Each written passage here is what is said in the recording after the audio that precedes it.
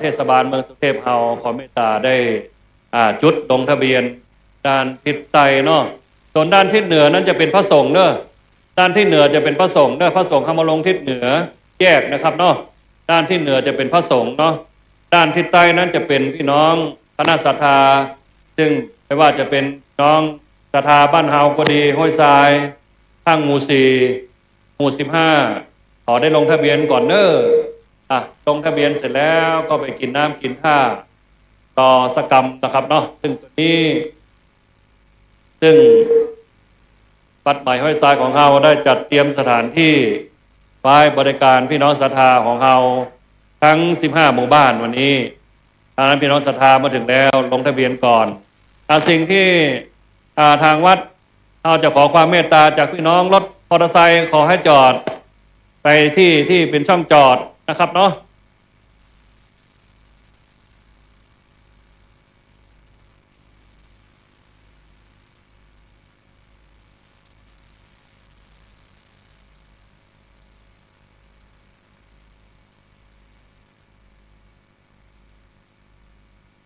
ส่วนพี่น้องศรัทธาที่มาถึงแล้วก็ขอยินดี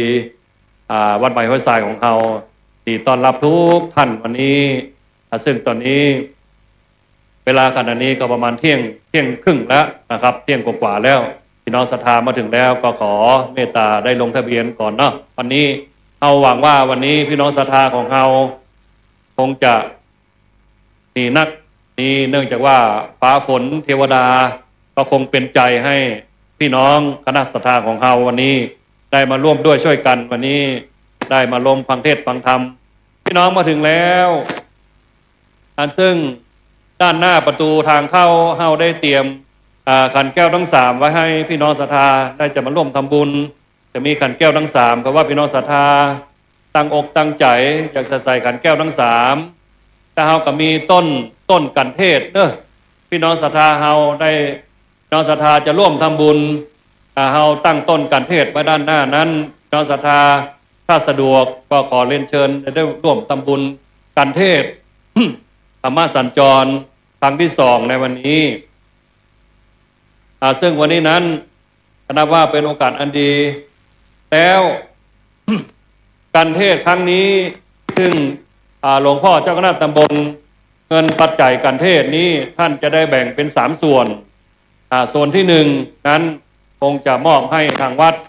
สถานที่ส่วนที่2นั้นคงจะเป็นเงินสนับสนุนคณะสงฆ์ตำบลสุเทพของเราเพื่อไปใช้ในกิจการพระศาสนานี่เป็นกองทุนพระสงฆ์คณะสงฆ์ตำบลสุเทพส่วนที่3นั้นคงจะเป็นหน่วยอบรมประชาชนของพี่น้องอบตของเมืองสุเทพของเราคงจะจัดเป็น3ส่วนการเทศในครั้งนี้เพราะฉะนั้นตอนนี้พี่น้องศรัทธาของเรามาถึงแล้วก็ขอเรียนเชิญนะครับเนาะให้กินข้าวกินน้ำก่อนซึ่งวัดของเรายินดีต้อนรับทุกท่านนี่ได้จัดเตรียมน้ำปานะน้ำดื่มไว้บริการพี่น้องศรัทธาช่วยกันพอกันกอยพี่น้องศรัทธาพี่น้องช่างทองก็ดีโป่งน้อยก็ดีน้องจากเทศบาลเมืองสุเทพของเราก็ดีวันนี้ที่ได้มาร่วมกิจกรรมครั้งนี้นะว่าเป็นโอกาสพี่น้องศรัทธาของเราฟังว่าวันนี้วัดใหม่ห้วยทรายเฮาก็คงจะคงจะประทานพรให้วัดใหม่ห้วยทรายของเราคงไม่มีฟ้ามีฝนวันนี้ภาวนาฟ้าฝนเทวดาคงเป็นใจให้พี่น้องศรัทธาเฮาอาจารย์ท้องหล่อขอเมตตาได้ตะเวดูน้ำดูท่ากันเช็คดูน้ำดูท่ากันอาจารย์พี่น้องศรัทธาเฮากรรมการเฮาช่วยกันดูแลกันพี่น้องศรัทธาเฮาวันนี้น้ำท่าอาจารย์ท้องหล่อขอเมตตาอย่าง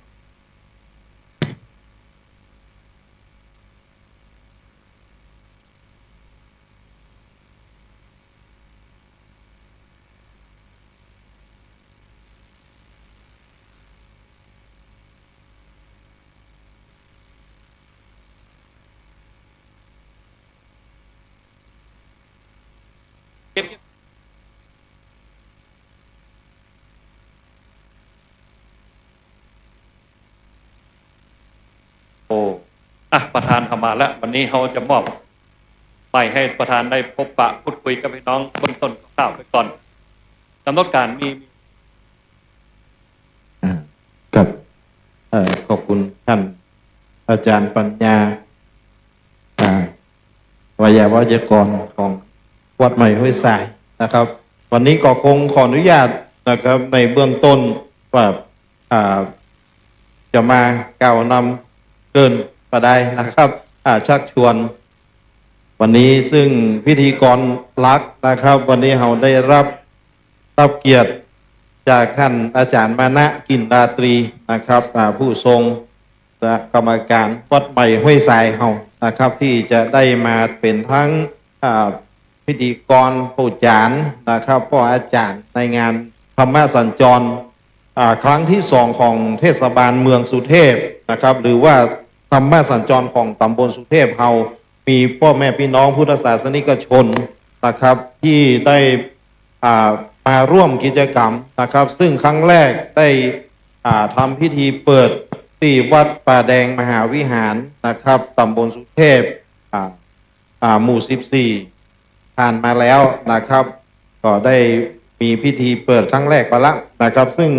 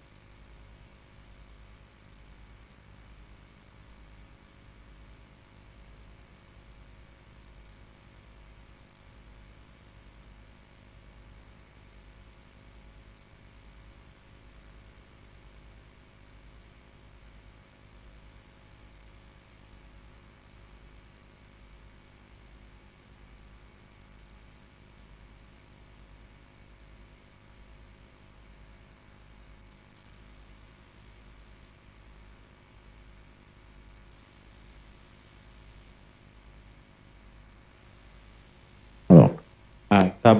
ตอนนี้นะครับเวลาก็ใกล้เข้ามานะครับซึ่งกำหนดการนั้นเอาเริ่มตั้งแต่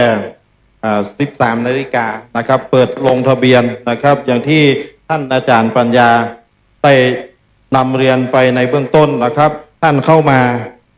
ด้านในศาลานะครับ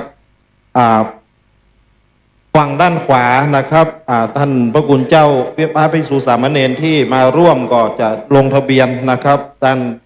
ขวามือส่วนด้านซ้ายมือนะครับที่เป็นโต๊ะลงทะเบียนก็เป็นของคารวาสพ่อแม่พี่น้องพุทธศาสนิกชนที่มาร่วมในวันนี้นะครับขอท่านได้ลงทะเบียนเพื่อเป็นสถิตินะครับลงทะเบียนเป็นสถิติในการจัดกิจกรรมธรรมะสัญจรของเทศบาลเมืองสุเทพนะครับที่ได้จัดเพื่อมีโครงการธรรมะสัญจรซึ่งปีนี้นะครับเราจะทำทั้งหมด3ครั้งนะครับซึ่งครั้งแรกได้จัดไปแล้วที่วัดป่าแดงมหาวิหารนะครับวัดห้วยทรายเป็นครั้งที่2ที่จะได้จัดธรรมะสัญจรนะครับในช่วงเทศกาลเข้าพรรษานี้ในปีงบประมาณ 2568 นี้นะครับแล้วครั้งที่3นะครับเราจะทำพิธีหรือว่าจัดโครงการธรรมะสัญจรที่บนดอยปุยนะครับซึ่งเป็นนิมิตหมายที่ดีซึ่งบนดอยปุยนี้นะครับก็มีสำนักสงฆ์หรือว่าวัดดอยปุยตั้งอยู่ก็บ่ได้เคยขึ้นไปแต่จัดกิจกรรมครั้งนี้นะครับจะจัดที่ลานหรือว่าที่ศาลาอเนกประสงค์ของโรงเรียนวัดดอยปุยนะครับบ้านดอยปุยเพราะฉะนั้นนะครับพ่อแม่พี่น้องในครั้งที่3นี้ก็ในการเดินทางจะไกลหน่อยพ่อแม่พี่น้องที่จะไปนะครับทางเทศบาลก็คงจะจัดหาวิธีในการเดินทางเพื่อกับพ่อแม่พี่น้องที่จะไปร่วมนะครับผมเชื่อได้ว่าในการร่วมกิจกรรมดีๆแบบนี้หรือว่า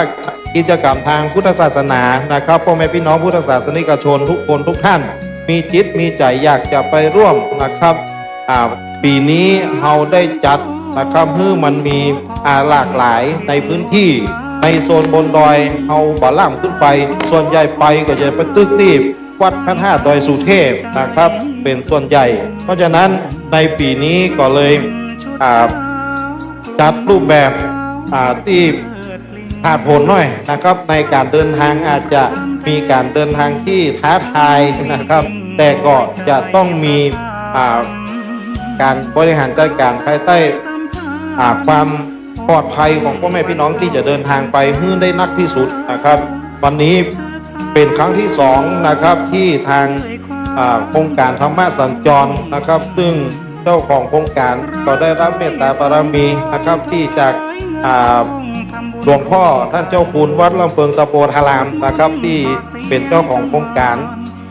จัดขึ้นนะครับแล้วก็มีโครงการดีๆคือวิปัสสนาสัญจรนะครับซึ่งท่านหลวงพ่อท่านเจ้าคุณเจ้าคณะอำเภอเมืองเชียงใหม่นะครับก็ได้นำนะครับตอนนี้โวนเวียนไปตามวัดต่างๆนะครับที่ได้จัดโครงการขึ้นสำหรับโครงการธรรมะสัญจรครั้งที่2นะครับวัดใหม่ห้วยทรายได้รับโอกาสนะครับจากคณะสงฆ์ตำบลสุเทพทั้ง2เขตนะครับที่ประชุมการมีฉันทามติหรือว่ามีมติเพื่อโอกาสกับวัดใหม่ห้วยทรายเราได้เป็นเจ้าภาพนะครับจัดธรรมะสัญจรครั้งที่2นะครับบัดนี้นะครับทางคณะสงฆ์พระภิกษุสามเณรจากวัดต่างๆภายในตำบลสุเทพนะครับก็เริ่มทยอยมาพร้อมกับพุทธศาสนิกชนพ่อแม่พี่น้องตำบลสุเทพบ้านใกล้เรือนเคียงนะครับก็มาร่วมเพราะฉะนั้นพ่อแม่พี่น้องที่เดินทางมานะครับตอนนี้ท่านพอได้กินเข้ามาหรือว่าหิวนะครับเชิญทางด้านใต้ศาลานะครับหรือว่าด้านหลังพระวิหารพระอุโบสถนะครับจะมีโรงทานรับรองไว้กับพ่อแม่พี่น้องหลายโรงทานด้วยกันนะครับมีน้ำเต้าที่หูนี่จากกลุ่มมดคนการไฟก็ดีนะครับจากสมาชิกสภาเทศบาลเมืองสุเทพเขต3กับกลุ่มเทพพัฒนาที่หมอน้อยนะครับกลุ่มแม่บ้านและแหมหลายกลุ่มถ้ามีรายชื่อขอเอามาให้ผมกำจะได้ประกาศอนุโมทนา นะครับให้กับนักศิลป์นักบุญนะครับที่ทุ่มเทน้ำจิตน้ำใจมาร่วมมาช่วยกันในโครงการนะครับธรรมะสัญจรนะครับแล้วก็มาเยี่ยมเยือนกับวัดใหม่ห้วยทรายวันนี้หลวงพ่อเจ้าอาวาสวัดใหม่ห้วยทรายหลวงพ่อพระธิการบุญเปงปิยะธรรมโมในฐานะเจ้าของพื้นที่เจ้าของสถานที่ก็โปรดเมตตามาถึงบริเวณศาลานะครับมานั่งต้อนรับกับฝ่ายพระภิกษุสามเณรนะครับวันนี้ก็จะมีทางพระเดชพระคุณหลวงพ่อเจ้าคณะอำเภอเมืองเจ้าคณะอำเภอเมืองเชียงใหม่นะครับเจ้าวาดวัดลำเพิงตะโพธารามนะครับเจ้าสำนักวิปัสสนาแห่งที่สองของจังหวัดเชียงใหม่นะครับหลวงพ่อท่านเจ้าคุณพระภาวนาธรรมาภิรัตน์วินะครับ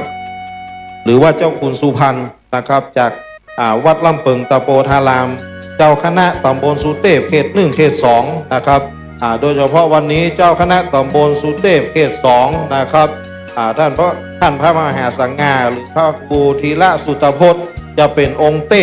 นะครับในโครงการธรรมะสัญจรในวันนี้นะครับเพราะฉะนั้นพระภิกษุสามเณรที่จำวัดจำพรรษาอยู่ที่วัดใหม่ห้วยทรายนะครับมาช่วยกันต้อนรับขับสู้นะครับตอนนี้คณะสงฆ์พระภิกษุสามเณรจากวัดต่างๆก่อนทยอยเดินทางมาร่วมนะครับมาร่วมแล้วตอนนี้ใกล้เวลาเข้ามาตลอดจนถึงพ่อแม่พี่น้องนักศีลนักบุญพุทธศาสนิกชนทุกหมู่เรานะครับก็ใส่ชุดร่วมใจร่วมจิตร่วมใจกันใส่ชุดขาวนะครับเสื้อขาวมาร่วมในงานธรรมะสัญจรในช่วงนี้นะครับในวันนี้ที่วัดใหม่ห้วยทรายของเราพ่อแม่พี่น้องสำหรับพ่อแม่พี่น้องศรัทธาวัดใหม่ห้วยทรายนะครับช่วยกันดูแลสถานที่ต้อนรับขับสู้นะครับจะไปฮื้อมันได้ขาดโตปกพ้องนะครับวันนี้แขกมาเยือนเราก็ดีใจนะครับเราในฐานะเจ้าบ้านเราก็เพื่อการต้อนรับอย่างทั่วถึงนะครับอย่างทั่วถึงช่วยกันคนละไม้ละมือโดยเฉพาะคณะกรรมการวัดใหม่ห้วยทรายนะครับที่เราตั้งไว้มีทั้งสองชั้นกำแพงเลยนะครับมีทั้งกรรมการและก็มีทั้งที่ปรึกษานะครับที่มาช่วยกันร่วมวันนี้ท่านเข้ามาในวัดใหม่ห้วยทรายนะครับท่านก็จะได้เห็นบริบทใหม่ของวัดห้วยทรายเขาส่งเข้าประกวดนะครับส่งได้เข้าประกวดในโครงการนะครับบ้าน5 สอนะครับก็ได้รับรางวัลถึงแม้มันจะมาเป็นรางวัลอันใหญ่แต่ก็เป็นรางวัลภาคภูมิใจของพ่อแม่พี่น้อง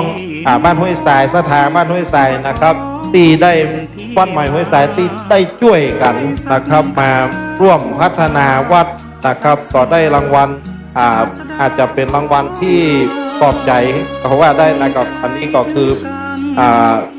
เป็นผลงานของคณะศรัทธาและก็พระภิกษุสามเณรของวัดใหม่ห้วยทรายที่ได้มาร่วมจิตร่วมใจกันในการพัฒนาวัดนะครับวันนี้ทางวัดใหม่ห้วยทรายนะครับโดยเฉพาะหลวงพ่อพระธิการบุญเปงปิยะธรรมโมเจ้าอาวาสนะครับวันนี้ยิ้มน้อยยิ้มใหญ่เลยนะครับผ่านพ่อแม่พี่น้องนะครับแล้วก็ผ่านหัววัดต่างๆนะครับภายในตำบลสุเทพเฮานะครับทยอยร่วมกันมานะครับร่วมกิจกรรมในงานธรรมะสัญจรครั้งที่2นี้นะครับวันนี้หัววัดต่างๆก็มาเริ่มทยอยกันมาเรื่อยๆมาแล้วท่านอย่าไปลืมลงทะเบียนเนอะครับเริ่มลงทะเบียนฝั่งขวานะครับถ้าเดินเข้ามาฝั่งขวาเป็นของไว้พระภิกษุสงฆ์สามเณรนะครับมาลงทะเบียนแล้วก็ฝั่งซ้ายมือนะครับเป็นของคารวะของพ่อแม่พี่น้องพุทธศาสนิกชนทุกคนทุกท่านนักศีลนักบุญทุกคนทุกท่านนะครับที่มาร่วมในวันนี้ลงทะเบียนเพื่ออย่างครับไม่ใช่ว่าจะเอาไปลงทะเบียนเอาไปให้หยับเพื่อมันเป็นสถิติดูว่าวันนี้ครั้งนี้เอาร่วมนะครับถ้าพ่อแม่พี่น้องมาร่วมกันหน้ากันลายโอกาสหน้านะครับเราก็จะอาจจะเพิ่มงบประมาณจัดให้มันยิ่งใหญ่กว่านี้ก็เป็นไปได้นะครับ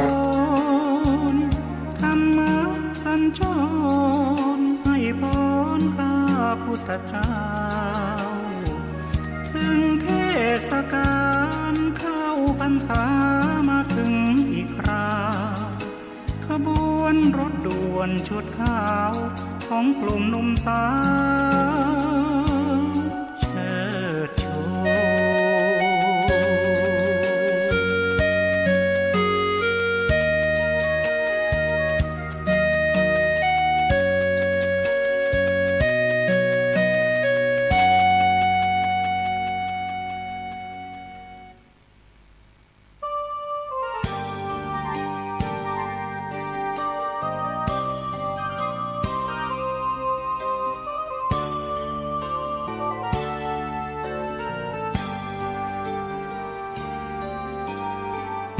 วันเข้าพรรษาเรามาร่วมใจ เลิกดื่มสุราเมลัยถวายเป็นพุทธบูชา ทุกสิ่งเสพติดทำลายชีวิตทั้งใจวาจา ผิดศีลข้อที่ห้าสาเหตุให้เกิดเพศภัย ใช้สติไตรตรองให้ลองคิดดูเหล้ายานั้นคือศัตรูก็กินทรัพย์สินภายในทำร้ายครอบครัวไร้ความสุขลูกเมียทุกใจเงินทองที่หามาได้สลายไปกับน้ำเมา ตั้งจิตอธิษฐานสาบานไว้ว่าวันเข้าพรรษาเลิกราแล้วเล่าเข้าวัดทำบุญกันเถิดพวกเราให้พระขัดเกลากิเลสเบาบางหลวงพ่อเจ้าคุณท่านคอยห่วงใยอยากเห็นครอบครัวสดใสปลอดภัยในทุกทางเลิกเมาแล้วขับไม่ถูกจับปรับให้เสียสตางค์อย่าปล่อยตัวเข้าเกี่ยวว่างเสริมสร้างชีวิตครอบครัว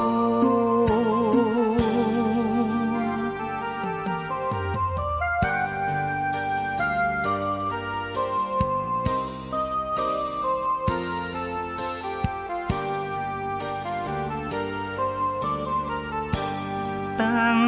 จิตอธิษฐานสาบานไว้ว่าวันเข้า พี่น้องคณะศรัทธาทุกท่านที่ได้มาร่วมกิจกรรมธรรมสัญจรในครั้งนี้ซึ่งตัวนี้ได้มาถึงแล้วก็ขอเรียนเชิญได้ลงทะเบียนด้านหน้านี้ก่อนเด้อพี่น้องศรัทธาเฮาพระสงฆ์สามเณรของเฮาด้านที่เหนือนั้นสำหรับพระสงฆ์สามเณรของเฮาเก้าอี้ที่จัดไว้ด้านที่เหนือนี้สำหรับพระภิกษุสามเณรของเฮาเด้อพี่น้องศรัทธาของเฮาซึ่งตอนนี้เฮาได้จัดที่ไว้2ฝั่งมาถึงแล้วก็ขอเรียนเชิญข้างในเด้อข้างในนี้เก้าอี้เฮาจัดข้างในประมาณสัก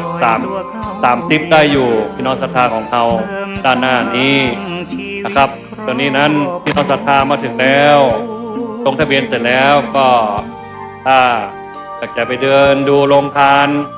ซึ่งด้านทิศตะวันตกด้านนั้นซึ่งพี่น้องคณะศรัทธาวัดใหม่ห้วยทรายของเราได้จัดเตรียมก๋วยเตี๋ยวน้ำดื่มน้ำลำไยข้าวเหนียวลำไยไว้บริการพี่น้องศรัทธาเราตอนนี้มาถึงแล้วก็ขอเรียนเชิญทุกท่านสิ่งที่วัดใหม่ห้วยทรายของเราจะขอความร่วมมือจากพี่น้องศรัทธาเรื่องจอดรถมอเตอร์ไซค์จอดเป็นที่เป็นทางเนาะต้องจอดรถยนต์นั้นขออำนวยความสะดวกให้รถยนต์ได้จอดเนาะพี่น้องศรัทธาของเราวันนี้ก็ขอเรียนเชิญทุกท่านได้ลงทะเบียนก่อนเด้อวันนี้แล้วก็ด้านหน้านั้นเราจะมีสำหรับพี่น้องศรัทธาได้มาทำบุญจะมีร่วมทำบุญการเทศของเราในวันนี้อยู่ด้านหน้าศาลาแม่ปันกุดีเดอร์ขอเรียนเชิญได้เด้อที่มอบเวทีให้ท่านประธานของเราครับก็ต้องขอบคุณนะครับสำหรับแผนงานวันนี้นะครับ งานในวันนี้ที่ที่จัดขึ้นมานะครับมีสภาพหรือว่าพื้นที่ที่จัดขึ้นมานะครับด้วยความสวยงามนี้นะครับด้วยครับก็ได้รับความร่วมมือนะครับจากคณะกรรมการพ่อแม่พี่น้องศรัทธาวัดใหม่ห้วยทรายเรามาช่วยกันร่วมการจัดแต่งสถานที่นะครับโดยหัวเรี่ยวหัวแรงก็ได้วิทยาวัจกรของวัดใหม่ห้วยทรายเรานะครับได้มาเป็นหัวเรี่ยวหัวแรงช่วยกันจัดสถานที่เพื่อที่เอามารับรองพ่อแม่พี่น้องตลอดจนถึงพระภิกษุสงฆ์นะครับคณะสงฆ์ของตำบลสุเทพเฮาที่มาร่วมนะครับพร้อมกับพ่อแม่พี่น้องนะครับที่จะได้เดินมาร่วมนะครับตอนนี้ยกมือ10 นิ้วไหว้สานะครับกับนมัสการพระเดชพระคุณหลวงพ่อเจ้าคณะอำเภอเมืองเชียงใหม่นะครับท่านพระภาวนาธรรมาภิรัตน์นะครับเจ้าคณะอำเภอเมืองเชียงใหม่นะครับเจ้าอาวาสวัดถ้ำเปิงตะโพธารามเจ้าสำนักวิปัสสนาแห่งที่2ของจังหวัดเชียงใหม่ประธานทรงในวันนี้ได้โปรดเมตตาเดินทางมาถึงแล้วนะครับพร้อมกับคณะสงฆ์แห่งหลายวัดนะครับที่เดินทางมาร่วมตอนนี้มวลชนผู้คนนะครับทั้งฝ่ายบรรพชิตนะครับฝ่ายสงฆ์หรือฝ่ายคฤหัสถ์ก็เดินทางเริ่มมาหนาขึ้นเพิ่มปริมาณประชากรมากยิ่งขึ้นนะครับวันนี้คณะสงฆ์นะครับโดยประธานสงฆ์พระเดชพระคุณหลวงพ่อนะครับเจ้าคณะอำเภอเมืองเชียงใหม่นะครับยิ้มเข้ามาตั้งแต่เข้าประตูวัดนะครับกับนมัสการหลวงพ่อนะครับเห็นพ่อแม่พี่น้องนะครับศรัทธานักศีลนักบุญนะครับมาร่วมกันเป็นจำนวนหลายนะครับแล้วก็ความเป็นน้ำจิตน้ำใจของหนึ่งเดียวของคณะสงฆ์ตำบลสุเทพเฮาทั้ง2เขตนะครับที่ได้ร่วมกันคิดร่วมกันสร้างนะครับร่วมกันตั้งโต๊ะประชุมเพื่อให้กิจกรรมดีๆออกมานะครับกิจกรรมดีๆแบบนี้ออกมาเพื่อกับพ่อแม่พี่น้องตำบลสุเทพนะครับตอนนี้องค์เทศนะครับเจ้าคณะตำบลสุเทพเขต2ก็โปรดเมตตามาถึงแล้วนะครับท่านพระมหาสังฆาหรือพระครูธีระสุตโพธิ์เจ้าวาดวัดผาลาดเจ้าคณะตำบลสุเทพเขต2นะครับวันนี้ได้เลื่อนชั้นมาเป็นองค์เทศนะครับองค์เทศวันนี้ได้รับเมตตาบารมีธรรมอย่างสูงนะครับในตัวท่านเจ้าคณะตำบลสุเทพเขต2นะครับพร้อมพระเถรานุเถระทุกองค์พระภิกษุสามเณรจากวัดต่างๆนะครับตอนนี้พระเดชพระคุณหลวงพ่อประจำที่นั่งนะครับท่านเจ้าคณะอำเภอเมืองเชียงใหม่ของเรานะครับอยู่บ้านใกล้เราอยู่ตำบลสุเทพเรานะครับท่านเดินทางตลอดโครงการนะครับมีโครงการธรรมะสัญจร3 ครั้งโครงการวิปัสสนาสัญจรนะครับพระเดชพระคุณหลวงพ่อก็ค่อยเป็นประธานทุกงานนะครับเป็นประธานทุกงานอันนี้เป็นกิจกรรมดีๆถือว่าเป็นหัวเรือใหญ่นะครับของทางคณะสงฆ์ตลอดจนถึงพ่อแม่พี่น้องตำบลสุเทพเฮาพุทธศาสนิกชนนักศีลนักบุญทั้งหลายนะครับที่ได้ร่วมกิจกรรมดีๆแบบนี้อันนี้เป็นครั้งที่2นะครับวัดใหม่ห้วยทรายก็ได้รับเกียรตินะครับได้รับเกียรติจากคณะสงฆ์ที่เลือกนะครับสถานที่วัดใหม่ห้วยทรายได้เป็นวัดที่เพื่อจะกิจกรรมธรรมะสัญจรครั้งที่2ขึ้นวัดใหม่ห้วยทรายนะครับได้รับเกียรติเพื่อจัดธรรมะสัญจรมาเป็นครั้งที่2นะครับภายใต้โครงการอันดีๆแบบนี้นะครับวัดใหม่ห้วยทรายก็ขอขอบคุณนะครับในเมตตาของคณะสงฆ์ตำบลสุเทพเฮานะครับที่ได้ให้เกียรติและขอขอบคุณพ่อแม่พี่น้องพุทธศาสนิกชนทุกคนทุกท่านนะครับที่ได้มาร่วมนะครับในวัดใหม่ห้วยทรายตอนนี้เราได้มีการปรับปรุงจัดแต่งสถานที่ขึ้นมาอย่างโดยสดงดงามนะครับกว้างขวางโออานะครับปีกซ้ายปีกทางหน้านะครับเราก็ได้ทำศาลาปรุงศาลามาเป็นที่รองรับ อย่างดีนะครับบ่ต้องกลัวเนอะแดดฝนนี่มันมีปัญหานะครับ แล้วก็เข้ามาตั้งด้านหลังของพระวิหารนะครับ หลวงพ่อเจ้าคุณท่านคอยห่วงใยอยากเห็นครอบครัวสดใส ขอบคุณนะครับท่านรองนายกนะครับที่ได้มอบนะครับวัตถุมงคลที่เป็นมงคลกับทุกท่านนะครับวันนี้ขอบคุณครับท่านรองไพลินเคลื่อนค่ายนะครับหรือว่าท่านรองจิตนะครับขอบคุณเป็นอย่างสูงนะครับขอบคุณอย่างสูงนะครับวันนี้ท่านมาร่วมอันนี้ก็สายบุญนะครับสายบุญไปทุกงานนะครับวิปัสสนานะครับพ่อแม่พี่น้องนะครับท่านหิวนะครับในช่วงก่อนที่จะเริ่มกิจกรรมนะครับก็เดินเชิญทางด้านหลังวิหารหลังโบสถ์ได้นะครับเรามีโรงทานอยู่นะครับรายชื่อโรงทานที่ก็ได้นำมาให้ผมนะครับได้ประกาศขอบคุณนะครับอันนี้เป็นน้ำจิตเป็นสิ่งยึดเหนี่ยวในจิตใจนะครับเพิ่นเอาไปแจกกับทหารนะครับที่ไปสู้รบสงครามที่กัมพูชามาละหลวงปู่ศิลานะครับขัดเกลากิเลสเบาบาง ขอบคุณนะครับขอบคุณเป็นอย่างสูงนะครับ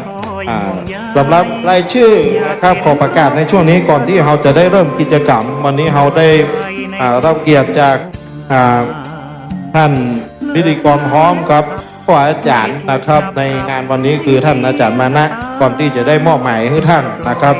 ก่อนที่จะได้มอบหมายให้ท่านได้ทำหน้าที่ก็จะได้ขอประกาศครับทักษิณนักบุญนะครับบอกแม่ออกสถานที่แต่ละกลุ่มที่รับเป็นเจ้าภาพโรงทานในวันนี้นะครับ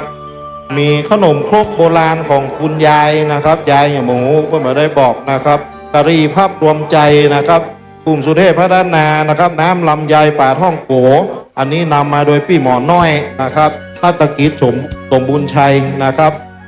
ครอบครัวจาวารีนะครับสาคูลำไยนะครับเอาครอบครัวจาวารีนี่น่าจะมาจากหมู่13นะครับข้าวเหนียวลำไยนะครับครอบครัวปวงเมาครับอันนี้ครอบครัวปวงเมาขนมปังปิ๊บนะครับสทโควิดละพบุตรครับอันนี้สทสมาชิกสภาเทศบาลเมืองเขต3นะครับตำขนมปังปิ๊บมาขนมจีบรวมใจนะครับจากทีมงานมดควันไฟบวกกับสมาชิกสภาเทศบาลเมืองสุเทพเขต3นะครับโครงการครัวรักอาหารนะครับอันนี้แล้วก็ก๋วยเตี๋ยวครัวโรงครัวห้วยทรายนะครับขนมเบื้องนะครับโรงครัวห้วยทรายครับน้ำส้มเกล็ดหิมะนะครับท่านสทธัญวรัตน์กว้างปัญจานี่สมาชิกสภาเทศบาลเมืองเขต2ครับหรือว่าสทน้องนะครับน้ำสมุนไพรครัว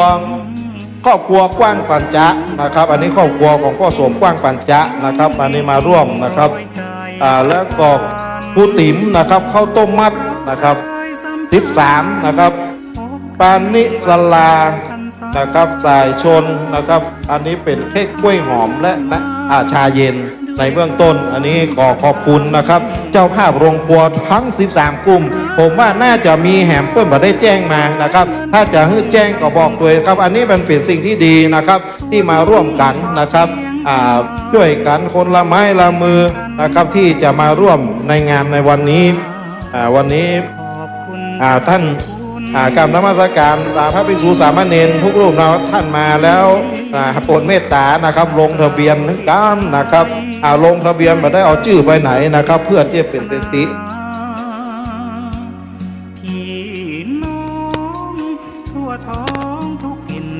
ครับลืมไป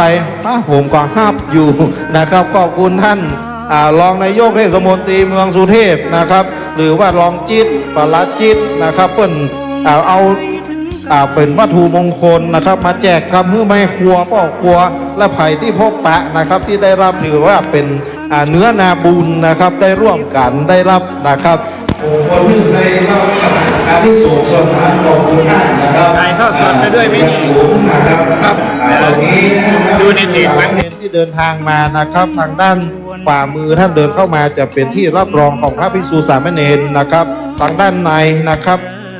มีด้านในและด้านนอก เช่นเดียวกันนะครับเข้ามาด้านซ้ายจะเป็นที่รับรองของฝ่ายคารวะพ่อแม่พี่น้องพุทธศาสนิกชนนะครับนักศีลนักบุญทั้งหลายที่มาร่วมวันนี้ดีใจนะครับ อย่างที่ได้นำเรียนนะครับพระเดชพระคุณหลวงพ่อเตียวเข้ามานะครับท่านเจ้าคณะตำบลเขต2นักเทศน์องค์เทศน์วันนี้เตียวเข้ามายิ้มนะครับแก้มหัวบ้าหารพ่อแม่พี่น้องนักศีลนักบุญทั้งหลายมาร่วมกันนักวันนี้เทศน์นี่บัติดคัดแน่นะครับบัติดคัดแน่เพราะว่านั่นองค์เทศน์นี่บอกว่าถ้ามาน้อยเนี่ยมันเทศน์บ่ค่อยออกนะครับถ้าไปเทศน์งานไหนมีน้อยถึงค่อยลงเว้ยวันนี้นี่เอาฉบับเต็มนะครับ องค์เทศน์บอกว่าจะจัดฉบับเต็มฮือนะครับในวันนี้เพราะฉะนั้นน้องกราบเรียนเชิญนะครับที่รับรองเฮามีเยอะนะครับที่จัดไว้นี่บัตรต่ำกว่า200ที่นั่งนะครับบัตร200ที่นั่งทั้งฝ่ายสงฆ์นะครับแล้วก็ฝ่ายคารวะเฮานะพ่อแม่พี่น้องวันนี้ไหว้สากรรมนมัสการท่านอาจารย์พระเลขานะครับตอนนี้วัดช่างทองมาแล้วนะครับวัดโป่งน้อยหลายๆวัดนะครับเข้ามาหน้าทางในให้มันเต็มก่อนนะครับท่านพระภิกษุสามเณรนะครับที่เดินทางมาตอนนี้ก็ทยอยเดินทางมานะครับฝ่ายต้อนรับนะครับท่านพระภิกษุสามเณรวัดใหม่ห้วยทรายนะครับวันนี้มีทางหลวงพี่เลินนะครับไปยืนต้อนรับอยู่นะครับไหว้สาในเมตตานะครับไหว้สาในเมตตาของท่านต้อนรับครับเถรานุเถระนะครับจากวัดต่างๆจากคณะกรรมการนะครับฝ่ายต้อนรับนะครับมีตังไอจิ๊บสุภานิมิตนะครับไอประพันธ์หลายคนหลายท่านนะครับต้อนรับถวายการต้อนรับคือกับพระภิกษุสามเณรนะครับที่มาร่วมในวันนี้โอ้เดินทางมาพระเดชพระคุณหลวงพ่อครับยมโมดจนเตียวออกมาเตียวเข้ามาเป็นเส้นเป็นสายนะครับพระเดชพระคุณหลวงพ่อเจ้าคณะอำเภอบอกว่าโอ้อย่างอีกาจัดเข้ามานะครับมีโครงการดีๆแบบนี้แล้วก็ปีนี้นะครับปี69นี่ก็บรรจุเข้าไปในร่างเรียบร้อยนะครับหลวงพ่อครับบรรจุเข้าไปในร่างเรียบร้อยละนะครับจะพันจะเข้าวาระ2-3นะวันที่9นะครับหลวงพ่อเริ่มนะครับต่อให้หลวงพ่อได้กำจุนนะครับพุทธศาสนาเฮาไปทนุบำรุงพระพุทธศาสนาเฮาส่งเสริมในเรื่องศีลธรรมนะครับในด้านของศาสนานะครับเพื่อกับพ่อแม่พี่น้องนะครับพุทธศาสนิกชนของเฮาปัจจัยเฉพาะตำบลสุเทพนะท่านเจ้าคณะตำบลครับมีขั้นพ่อแม่พี่น้องบ้านใกล้เรียนเคียงตำบลเรียนเคียงมาร่วมโดยนะครับเท่าที่ผมสังเกตแต่หลักๆก็เป็นตำบลสุเทพเฮาทั้ง15หมู่บ้านเท่าที่เปิ้นจะได้เดินทางมาได้นะครับซึ่งบริบทหรือว่าสถานที่ตั้งของตำบลสุเทพของเฮามันเป็นลักษณะพิเศษนะครับบางครั้งบางทีอยู่บนดอยเปิ้นก็อยากจะลงมาก่อนลงมาลำบากปีนี้ต่างคณะสงฆ์ก็เลยออกร่วมกันนะครับออกความคิดร่วมกันในเมื่อบนดอยเปิ้นลงมายากคณะสงฆ์ก็บอกว่าไปจัดบนดอยเปิ้นเลยให้มันได้ทั่วถึงนะครับอันนี้ต้องไหว้สาในเมตตานะครับของคณะสงฆ์ตำบลสุเทพนะครับที่ได้จัดให้มันทั่วถึงมาตั้งรุ่มก็มาร่วมกันตั้งรุ่มมีหน้ากาจัด2เตื้อนะครับตั้งบนมี3-4หมู่บ้านให้มันทั่วถึงไปจัดปิดเลยครับปิดบนดอยกะเดียวตั้งรุ่มก็จะไปร่วมเต้าที่หูนะครับแจ้งความจำนงมาละตอนนี้จะหาวิธีการที่จะเอาคนขึ้นไปนะครับเนื่องจากว่าขึ้นไปก็คงจะลำบากนะครับจะหาวิธีเอาคนขึ้นไปต้องอยู่ภายใต้ความปลอดภัยนะครับที่จะขึ้นไปนี้อันนี้ก็ได้เดือนปรึกษากันมาเรียบร้อยนะครับขอให้ทางพระเดชพระคุณหลวงพ่อและขอคณะสงฆ์นะครับช่วยทำกิจกรรมดีๆแบบนี้ตลอดไปนะครับอย่างที่ได้นำเรียนว่างบประมาณก็เข้าไปที่ในร่างเรียบร้อยแต่ยังบ่ผ่านสมบูรณ์เตื้อนะครับวันที่9ก็คงจะเรียบร้อยนะครับประชุมแต่ว่ามาราธอนหน่อยครับ9 โมงครึ่งจนถึง5 โมงครึ่งนะครับเพื่อพิจารณานะครับวาระแรกเรียบร้อยไปนะครับอันนี้ก็ทำหน้าที่ไปให้มันอย่างสมบูรณ์นะครับนำเรียนครับ คณะสงฆ์ตำบลสุเทพเฮานะครับกระเดียวเวลาเลทน้อยบ่เป็นอย่างครับ วันนี้เดินทางมาแถวยาวคิวยาวเป็นพิเศษนะครับตอนนี้พระภิกษุสามเณรเดินทางมาคิวยาวเป็นพิเศษคณะกรรมการช่วยดูด้วยนะครับ ถ้าที่รับรองหรือว่าเก้าอี้บปเอามาเสริมได้นะครับ มาเสริมได้เนิบที่จอดรถวันนี้ขอขอบคุณทางเจ้าหน้าที่อปพลนะครับที่มาอำนวยความสะดวกในเรื่องของการจราจรนะครับ วันนี้ขอดูด้วยนะครับการจราจรทางด้านใต้ของพระวิหารนะครับสามารถจอดรองรับได้หลายคันแล้วก็ตั้งหน้าวิหารหน้าวัดนะครับจอดรับรองได้หลายคันเลยนะครับได้หลายคันวันนี้ก็รู้สึกยินดีนะครับในวัดห้วยทรายมีสีสันขึ้นมาทันทีนะครับมีผู้คนนะครับคณะสงฆ์พ่อแม่พี่น้องพุทธศาสนิกชนนักศีลนักบุญมาร่วมกันอย่างเนืองแน่นนะครับอย่างเนืองแน่นวันนี้เขาจะหูยอดได้อย่างใดต่อเมื่อพ่อแม่พี่น้องที่เดินทางมาแล้วมาลงทะเบียนให้กัมนะครับเขาจะได้หูสถิติที่แน่นอนนะครับถึงแม้ว่ามันจะบ่100%ก็เป็นสถิติส่วนใหญ่นะครับที่จะท่านมาลงทะเบียนเพื่ออย่างครับเพื่อที่มันจะได้เป็นสถิติถ้ามาร่วมกันนักร่วมกันหลายนะครับคณะผู้จัดโดยเฉพาะคณะสงฆ์ก็จะมีความดีอกดีใจในการมาร่วมนะครับมาร่วมกันจัดโครงการมาแต่ละเตื้อมีคนมาร่วมน้อยเดียวมันก็หมดกำลังใจเหมือนกันนะครับอันนี้วันนี้หลวงพ่อพระเดชพระคุณหลวงพ่อยิ้มนะครับตั้งแต่เจ้าละยิ้มตั้งแต่เจ้าตั้งแต่เดินเข้ามาเลยนะครับหันนะครับที่หลวงพ่อเดินเข้ามานี่หันแค่ตั้งหน้านะตั้งหลังแหมครับตั้งหลังมีแหมเยอะเลยนะครับหลวงพ่อเพราะว่าอย่างครับเพราะว่าพ่อแม่พี่น้องศรัทธาฟังออกบ้านมาหลวงพ่อมาได้กินข้าวตอนครับมาได้กินข้าวตอนก็เลยฟังไปกินข้าวตอนที่ตั้งหลังเดี๋ยวก็จะมาร่วมนี่หมดนะครับตอนนี้เวลาก็หันเลทไปนิดหน่อยครับบ่เป็นอย่างนะครับเราลงทะเบียนร่วมลงทะเบียนเพื่อมันเรียบร้อยอย่างเรียบร้อยนะครับแล้วก็คงจะได้เข้าสู่พิธีนะครับตามลำดับพิธีที่ทางกองการศึกษานะครับที่รับผิดชอบในเรื่องของประเพณีวัฒนธรรมนะครับจะได้จัดลำดับขั้นตอนพิธีนะครับตามกำหนดการที่ได้จัดไว้นะครับหลังจากที่เราเข้าสู่ลำดับขั้นตอนพิธีนะครับเราก็จะได้มอบหน้าที่นะครับให้ทางพ่ออาจารย์นะครับวันนี้ได้รับเกียรตินะครับจากท่านอาจารย์มานะกินลาตีมาเป็นพ่ออาจารย์ในงานพิธีในวันนี้ทางคณะกรรมการครับช่วยดูเดนเนอร์โต๊ะเก้าอี้โดยเฉพาะเก้าอี้ถ้าปอนะครับเอายกออกมาแหมมารับรองกรรมการวัดใหม่ห้วยทรายชุดใหม่นี้หลวงพ่อเขามีตั้งหมดกันเป็น30ปุ่นครับเกือบ30 กว่าคนนะครับช่วยกันนะครับมีคณะกรรมการแล้วก็มีที่ปรึกษานะครับของวัดใหม่ห้วยทรายที่มาร่วมผมเป็นหนึ่งในคณะที่ปรึกษานะครับ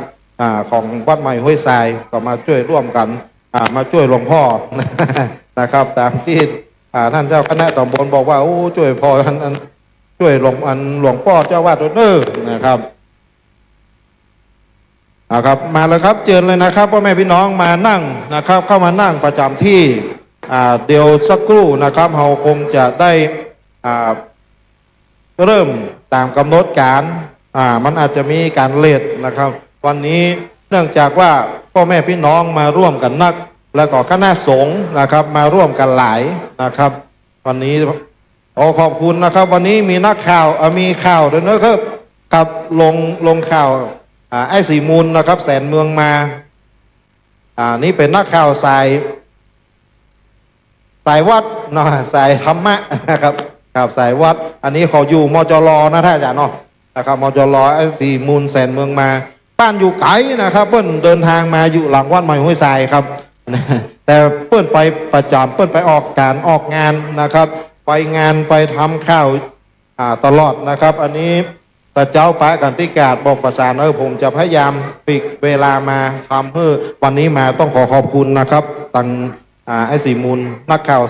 สายธรรมนะครับของเชียงใหม่เฮา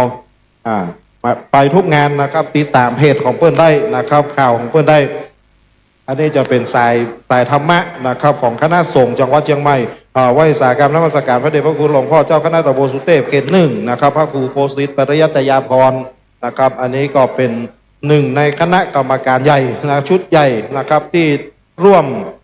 ออกความคิดนะครับที่จะจัดกิจกรรมอันดีๆของ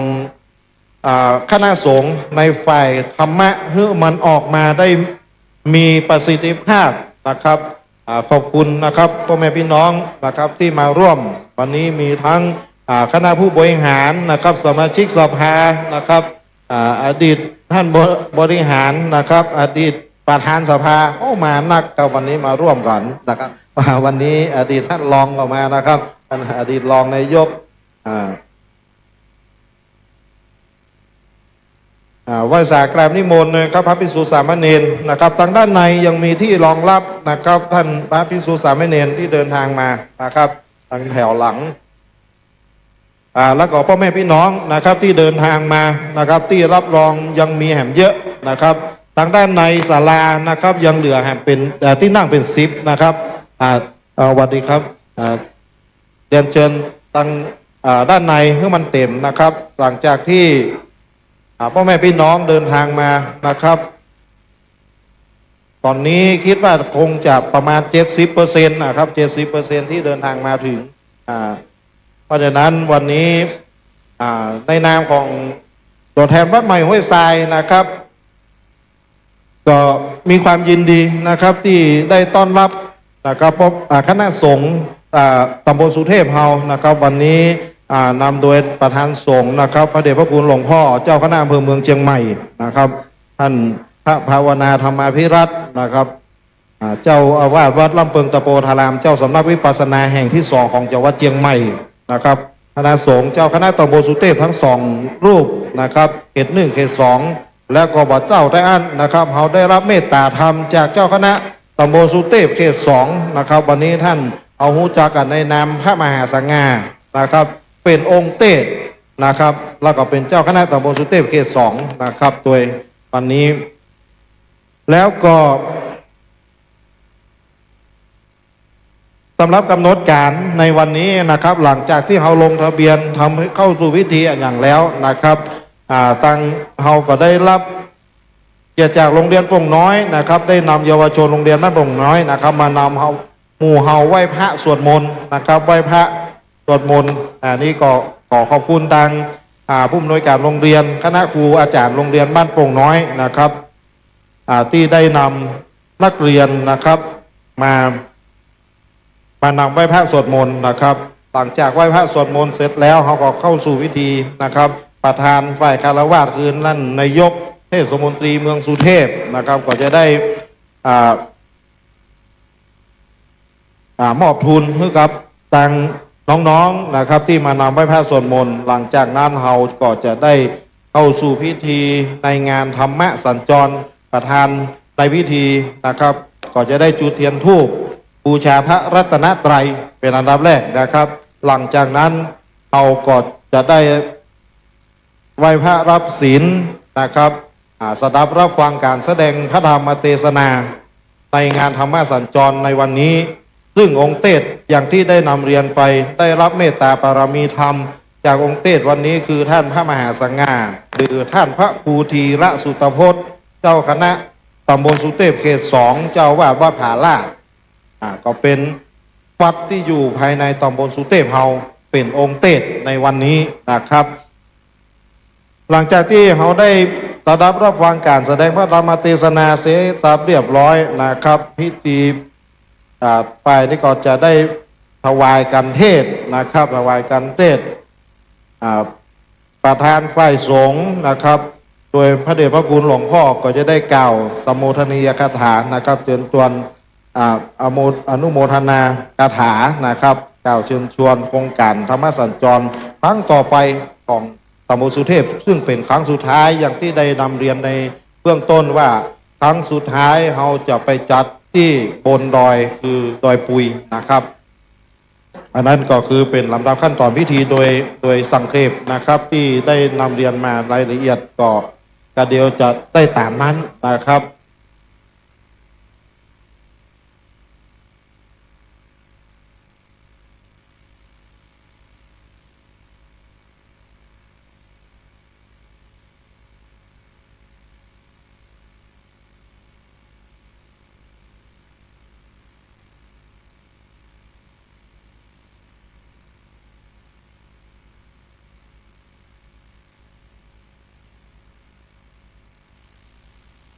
ครับตอนนี้เรียนเชิญครับพ่อแม่พี่น้องศรัทธาพุทธศาสนิกชนทุกคนทุกท่านครับเรียนเชิญท่านนั่งประจำที่ได้เลยครับตอนนี้ผมคิดว่าคงจะได้เวลานะครับตอนนี้ล่วงเลยมาก็ประมาณเกือบ20 นาทีนะครับตามกำหนดการออก13นั้น14ยังครับตอนนี้ยังเนาะยังนะครับยังมาถึงกำหนดเพื่อดูกำหนดการแล้วก็เวลาตอนนี้พ่อแม่พี่น้องก็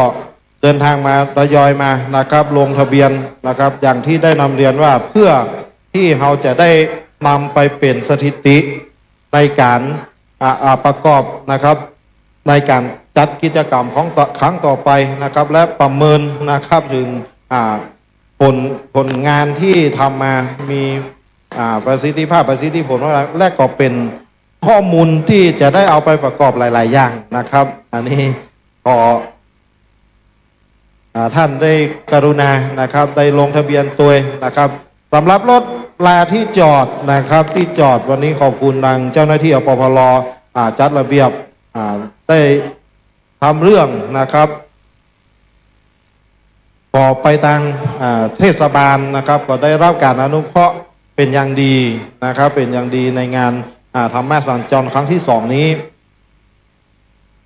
ตอนนี้ก็เริ่มทยอยเดินทางกันมาเรื่อยๆนะครับ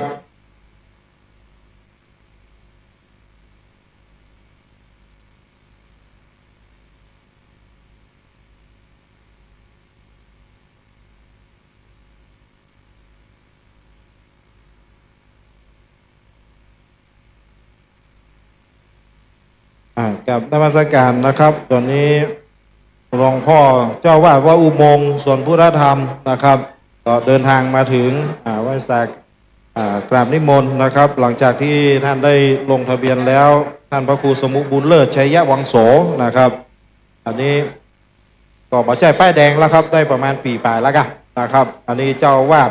วัดอุโมงค์ส่วนพุทธธรรมนะครับก็ได้รับการตั้งเป็นเจ้าวาดนะครับของวัดอุโมงค์ส่วนพุทธธรรมนะครับแทน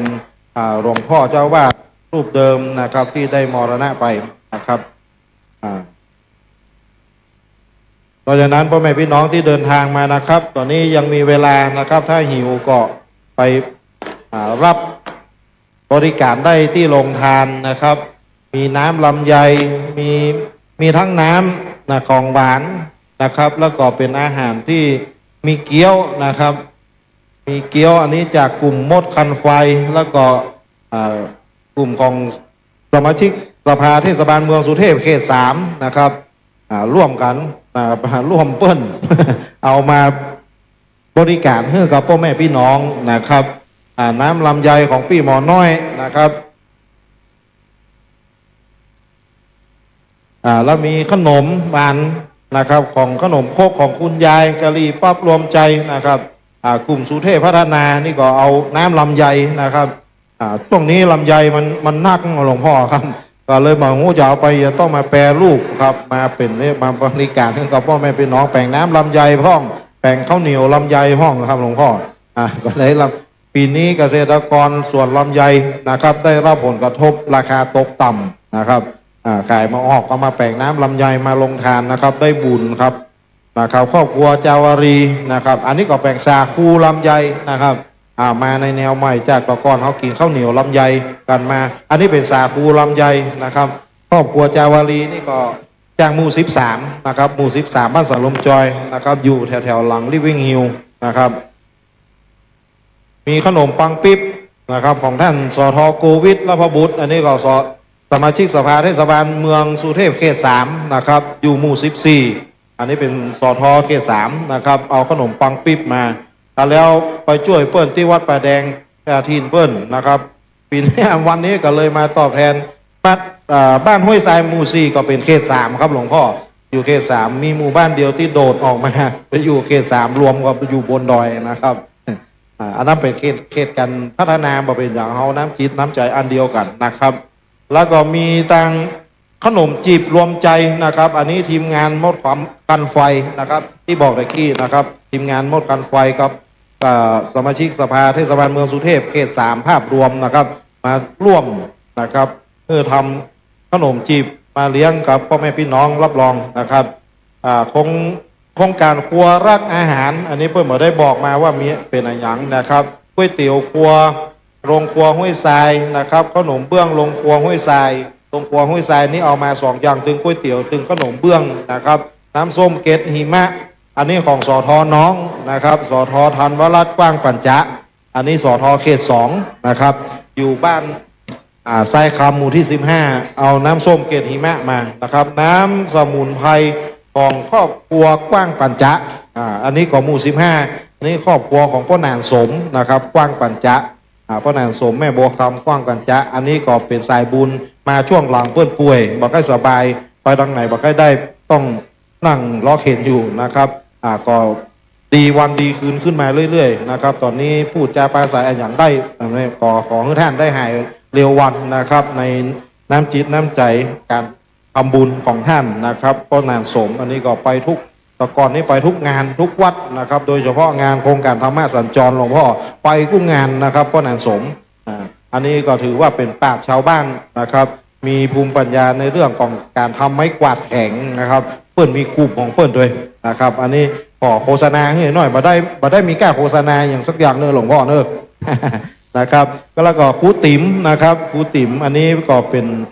แม่ครูนะครับที่ร่วมกิจกรรมโดยเฉพาะในศิลปะฟ้อนลำนะครับร่วมกับกลุ่มสตรีของกลุ่มสุเทพเฮานะครับเอาข้าวต้มมัดมาร่วมนะครับแล้วก็คุณปานิสลานะครับปานิสลานะครับใส่ชนอันนี้เป็นเค้กกล้วยหอมบวกกับน้ำชาเอามาร่วมนะครับแล้วก็ลืมมาได้นะครับพอโฆษณาหลายรอบหน่อยนะครับท่านลองจิตเอาวัตถุมงคลที่มาร่วมมาแจกมาจ่ายเพื่อเป็นสิ่งยึดเหนี่ยวจิตใจให้กับ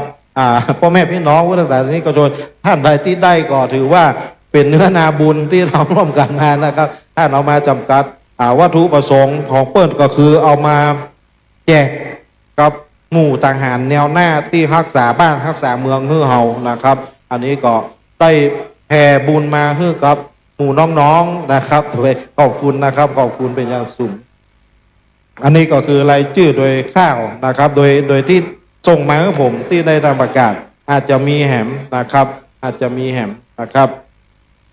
ถ้ามีก็ส่งเข้ามาได้นะครับ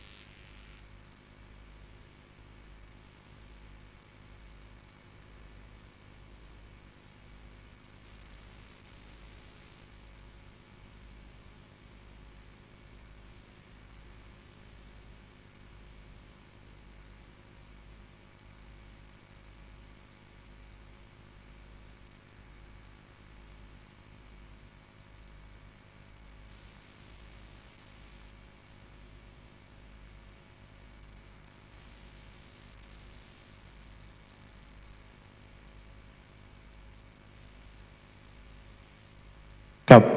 ตอนนี้คิดว่าคงได้เวลาแล้วนะครับก็เราก็คง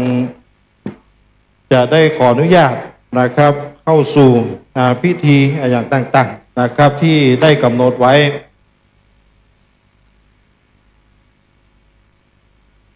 ได้นำเรียนปรึกษากับหลวงพ่อเป็นที่เรียบร้อยนะครับได้นำเรียนกับหลวงพ่อว่าได้เวลาก็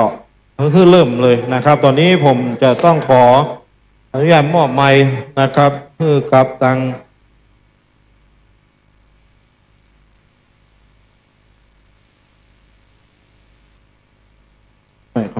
อาจารย์มานะนะครับได้พ่ออาจารย์ในงานพิธีนะครับ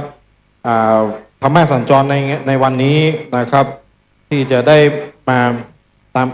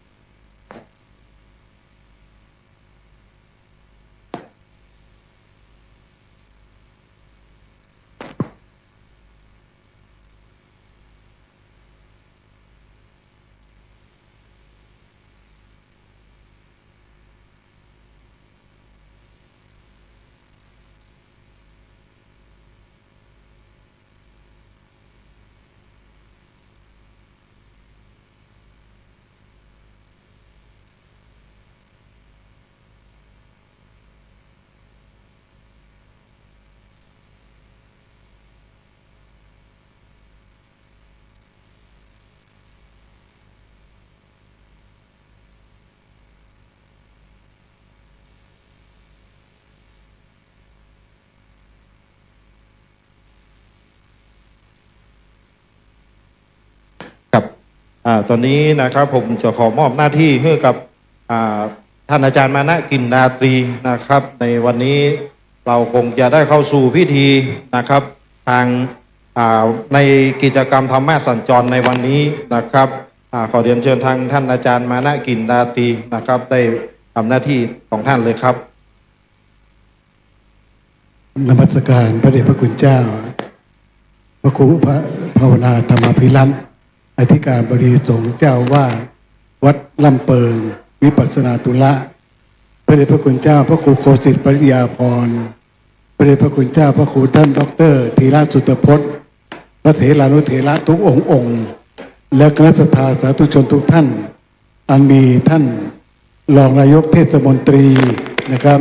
คือท่านปลัดไพลินเขื่อนคายพร้อมด้วยคณะสัตยาสาธุชนทุกท่านที่มาร่วมด้วยช่วยกันในการประกอบการบุญการกุศลธรรมสัญจรเฉลิมพระเกียรติในวันนี้ทางวัดใหม่ห้วยทรายพร้อมด้วยพระสงฆ์ทุกองค์และคณะสัตยาทุกคนนะครับขอยินดีเป็นอย่างยิ่งที่ท่านทั้งหลายได้มาประกอบการบุญการกุศลในวันนี้ดังที่บอกว่าเมืองโคดีเมืองหนึ่งพึงสังเกตแสนวิเศษคือเชียงใหม่วิไลแสนทรัพย์ในดินไม่สิ้นทั่วดินแดนเป็นแว่นแคว้นวัฒนธรรมร้านนาไทยมีวัดวาอารามงามสง่ามีศาสนาเป็นหลักธรรมคำสอนประชาชนทั่วหน้าไม่อาทรร้วนโอนอ่อนมีศีลธรรมประจำใจทั้งมีความเมตตาและอารีเอื้ออารีอยู่บนนิสัยคนเชียงใหม่ไม่ได้แห้งแรงน้ำใจมิว่าใครต่างช่วยเหลือเพื่อกูลกันอีกพระสงฆ์องค์เจ้าเล่าเข่งครัดร้วนปฏิบัติวิปัสสนากรรมฐานหวังโรคทิพย์และปรินิพพานบำเพ็ญทานตามบาทพระศาสดาทั้งสั่งสอนศรัทธาสาธุชนให้เป็นคนยึดมั่นในหลักธรรมคือพระพุทธศาสนาประกอบแต่กรรมดีทุกคนล้วนมีจิตเป็นกุศลและมีจิตประกอบด้วยความเมตตาทั้งพระสงฆ์ศรัทธาทุกคนทุกท่านล้วนเป็นคนดีครับบัดนี้ก็ได้เวลาที่กระทำพิธีในการบูชาพระรัตนตรัยในนามของคณะสงฆ์และคณะศรัทธาขอกราบเรียนเชิญท่านปลัดไพลินเขื่อนคายเขื่อนทานะครับได้ทำการจุดธูปเทียนบูชาพระรัตนตรัยครับขอกราบเรียนเชิญ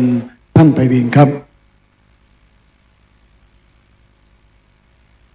พุทโธเมนาโถพระพุทธเจ้าเป็นที่พึ่งอันประเสริฐของเราท่านทั้งหลายธัมโมเมนาโถพระธรรมเป็นที่พึ่งของเราท่านทั้งหลายสังโฆเมนาโถพระสงฆ์เป็นที่พึ่งของเราท่านทั้งหลายพุทธบูชามหาเตชะวันโตการเคารพบูชาพระพุทธเจ้าย่อมมีบุญในสงฆ์มากด้วยเดชอำนาจวาสนาบุญญบารมีธรรมบูชามหาปัญโยการเคารพบูชาพระธรรม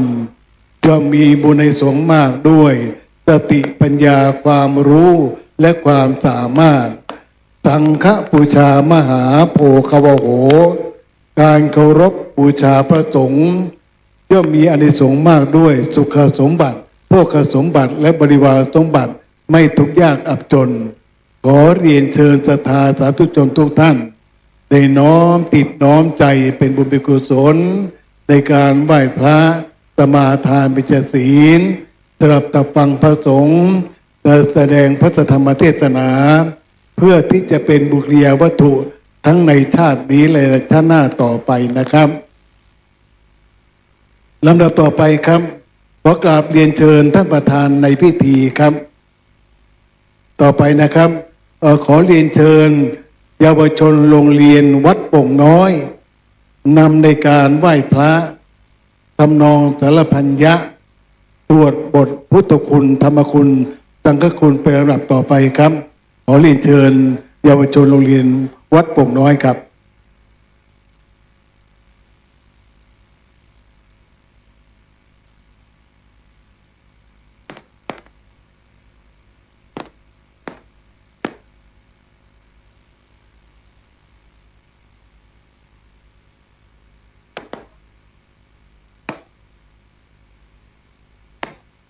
ครับครับ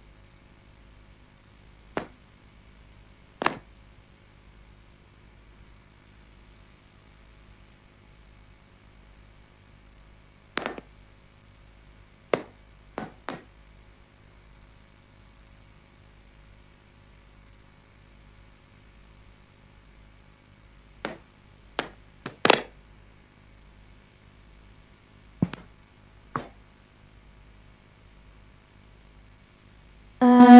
ระหังสัมมาสัมพุทโธภะคะวะพุทธังภะคะวันตังอะภิวาเทมิ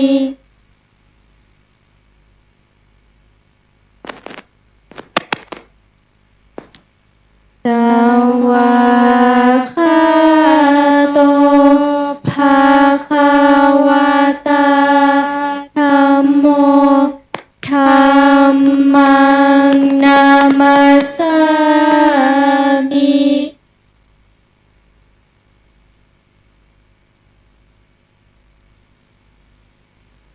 สุปฏิปันโนภะคะวะโตสาวกสังโฆสังฆังนามามิ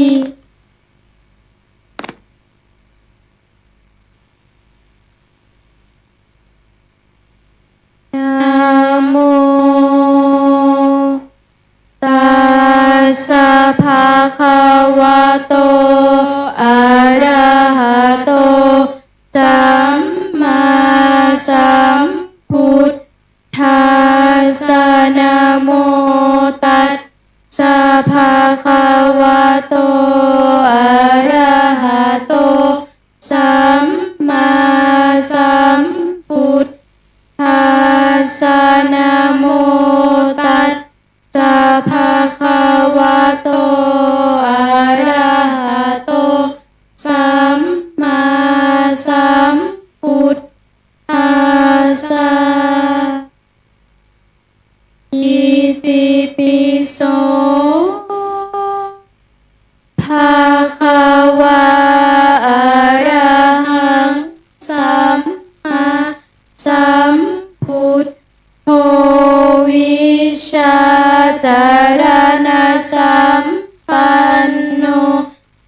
คาโตโลกาวิทูอนุตตโรปุริสธรรมมาสาราธิสัทธาเทวมนุษย์สานังพุทโธภาควาติ องค์ใดพระสัมพุทธสุวิสุทธสันดานตันมูลกะเลดมานบ่มีมนต์มีมองมัวหนึ่งในพระทัยท่านก็เบิกบานคือดอกบัวราคีบพันพัวสุวาคนทากรรมจร องค์ใดประกอบด้วยพระกรุณาดังสาคร โปรดหมู่ประชากรมาละโอคากันดานชี้ทางบรรเทาทุกข์และชี้สูงเกษมสารชี้ทางพระนฤพานอันพ้นโศกวิโยคภัยพร้อมเป็นจะพิทาจาสุจารัสวิมลใสเห็นเหตุที่ไกลไกลก็เจนโจประจักษ์จริงกำจัดน้ำใจยับสันดานบาปแห่งชายหญิงสันโลกได้พึงทิ้งอาลาบาปบำเพ็ญบุญข้าขอพระนนท์อ้อมศิรกล่าวบังคมคุณสัมพุทธการุณยาภาพนั้นนิรันดร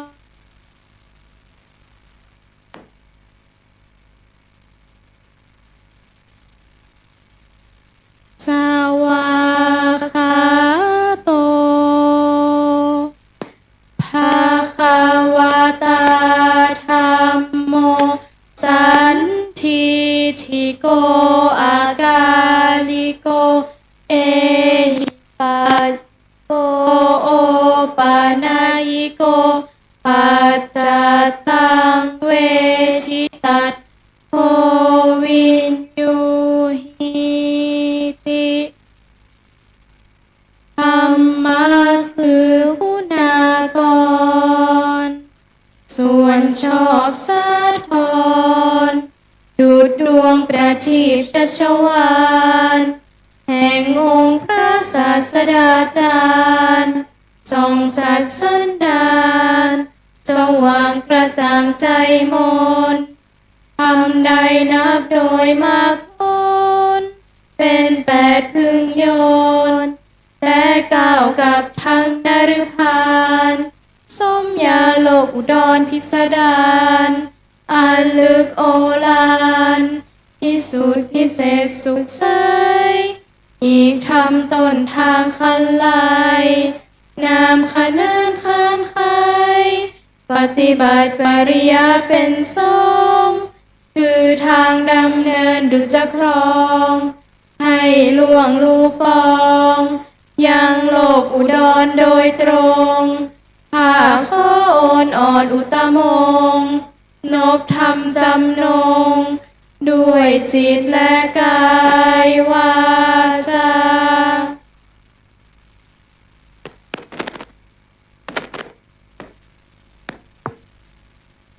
สุปฏิปันโนภะคะวะโตสาวกสังโฆ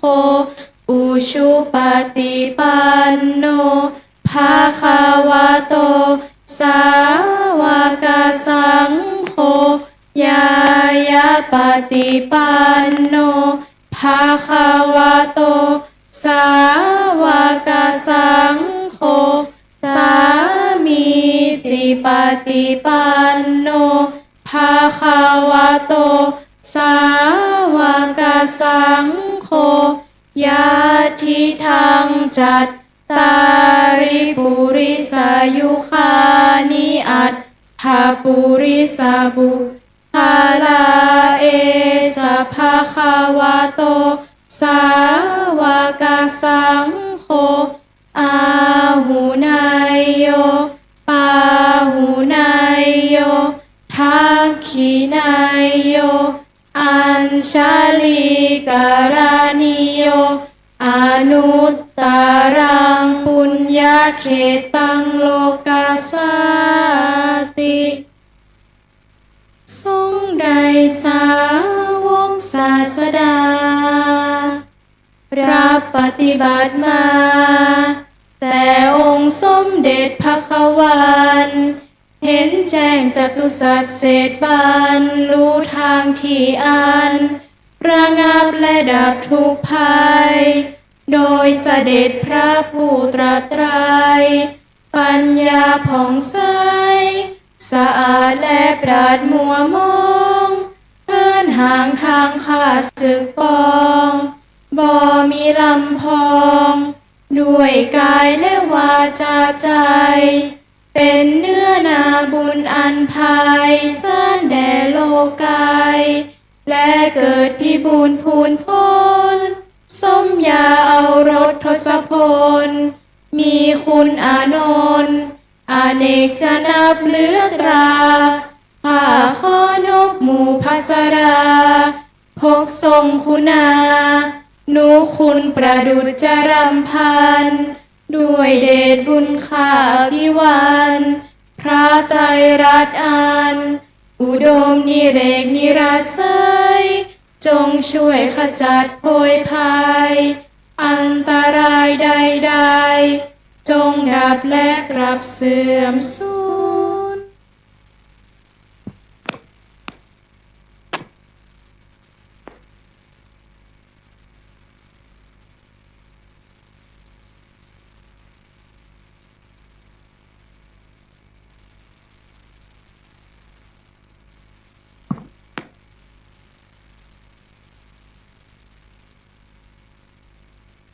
ครับก็ต่อไปครับขอเรียนเชิญท่านรองนายกเทศมนตรีนะครับ คือท่านไพลินเขินทาได้มอบทุนการศึกษาให้แก่นักเรียนโรงเรียนบ้านโป่งน้อยครับวัดโป่งน้อยครับขอเรียนเชิญครับ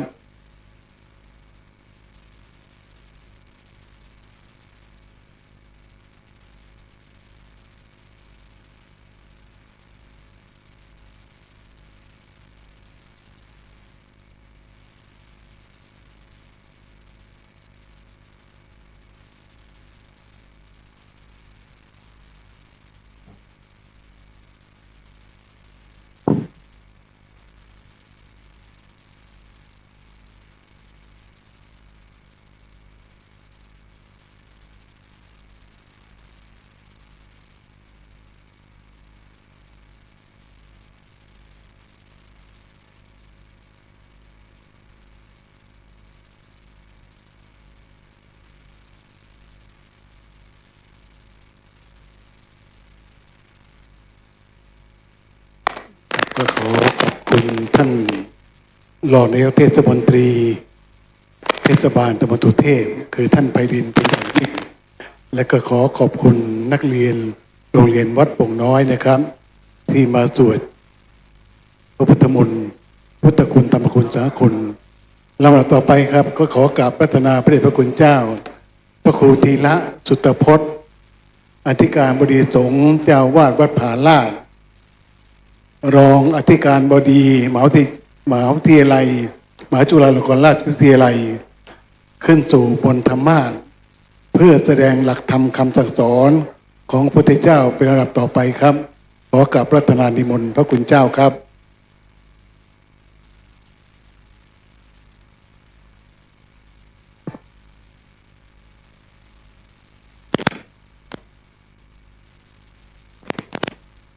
ก็ขอเรียนเชิญ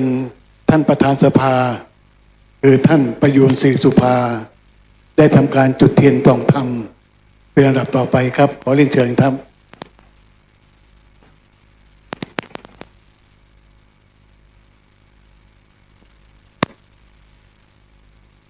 ท่านดร.พระครูธีระสุตพจน์นะครับท่านเป็นผู้ช่วยอธิการบดีฝ่ายบริหารจากมหาวิทยาลัยมหาจุฬาลงกรณราชวิทยาลัยนะครับเราตอนนี้ก็เป็นการจุดธูปเทียนเครื่องทองน้อยที่หน้ารูปครูบาเจ้าศรีวิชัยครับคือท่านประธานสภานะครับ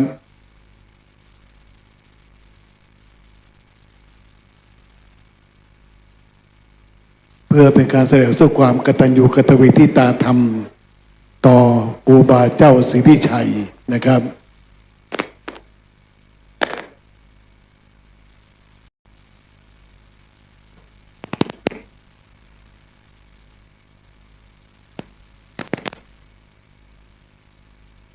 ครับก็ขอเรียนเชิญครับท่านปลัดท่านไพลินเขื่อนทารองนายกเทศมนตรีเทศบาลสมุทรเทพได้ทำการจุดเทียนส่องธรรมเป็นระดับต่อไปครับขอกราบเรียนเชิญครับ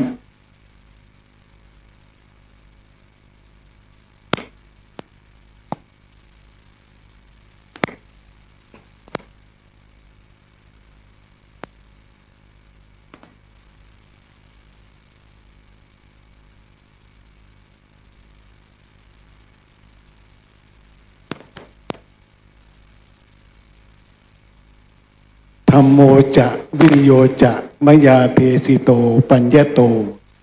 พระธรรมและพระวินัยอันใดที่พระตถาคตทรงแสดงแล้วทรงตรัสแล้ว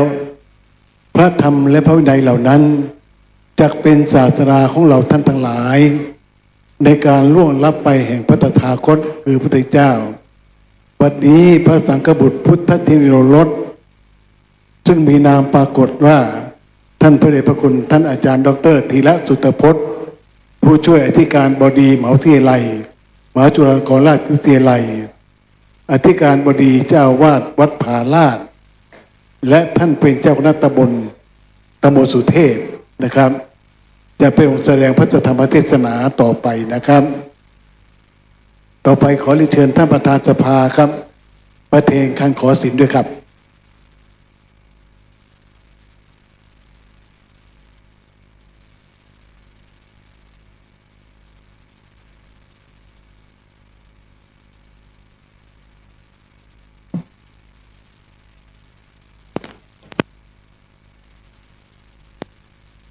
ขอบคุณท่านประธานสภาเป็นอย่างยิ่งครับอุภามาราดวงดอกไม้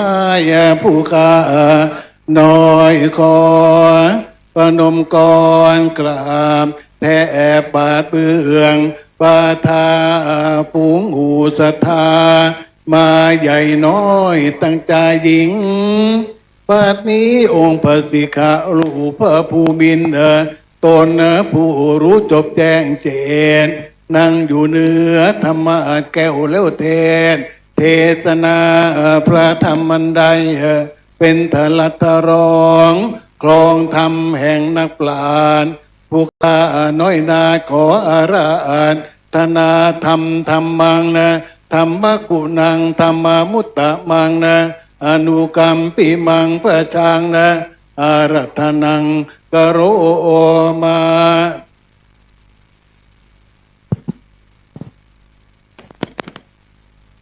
นะโมตัสสะภะคะวะโตอะระหะโต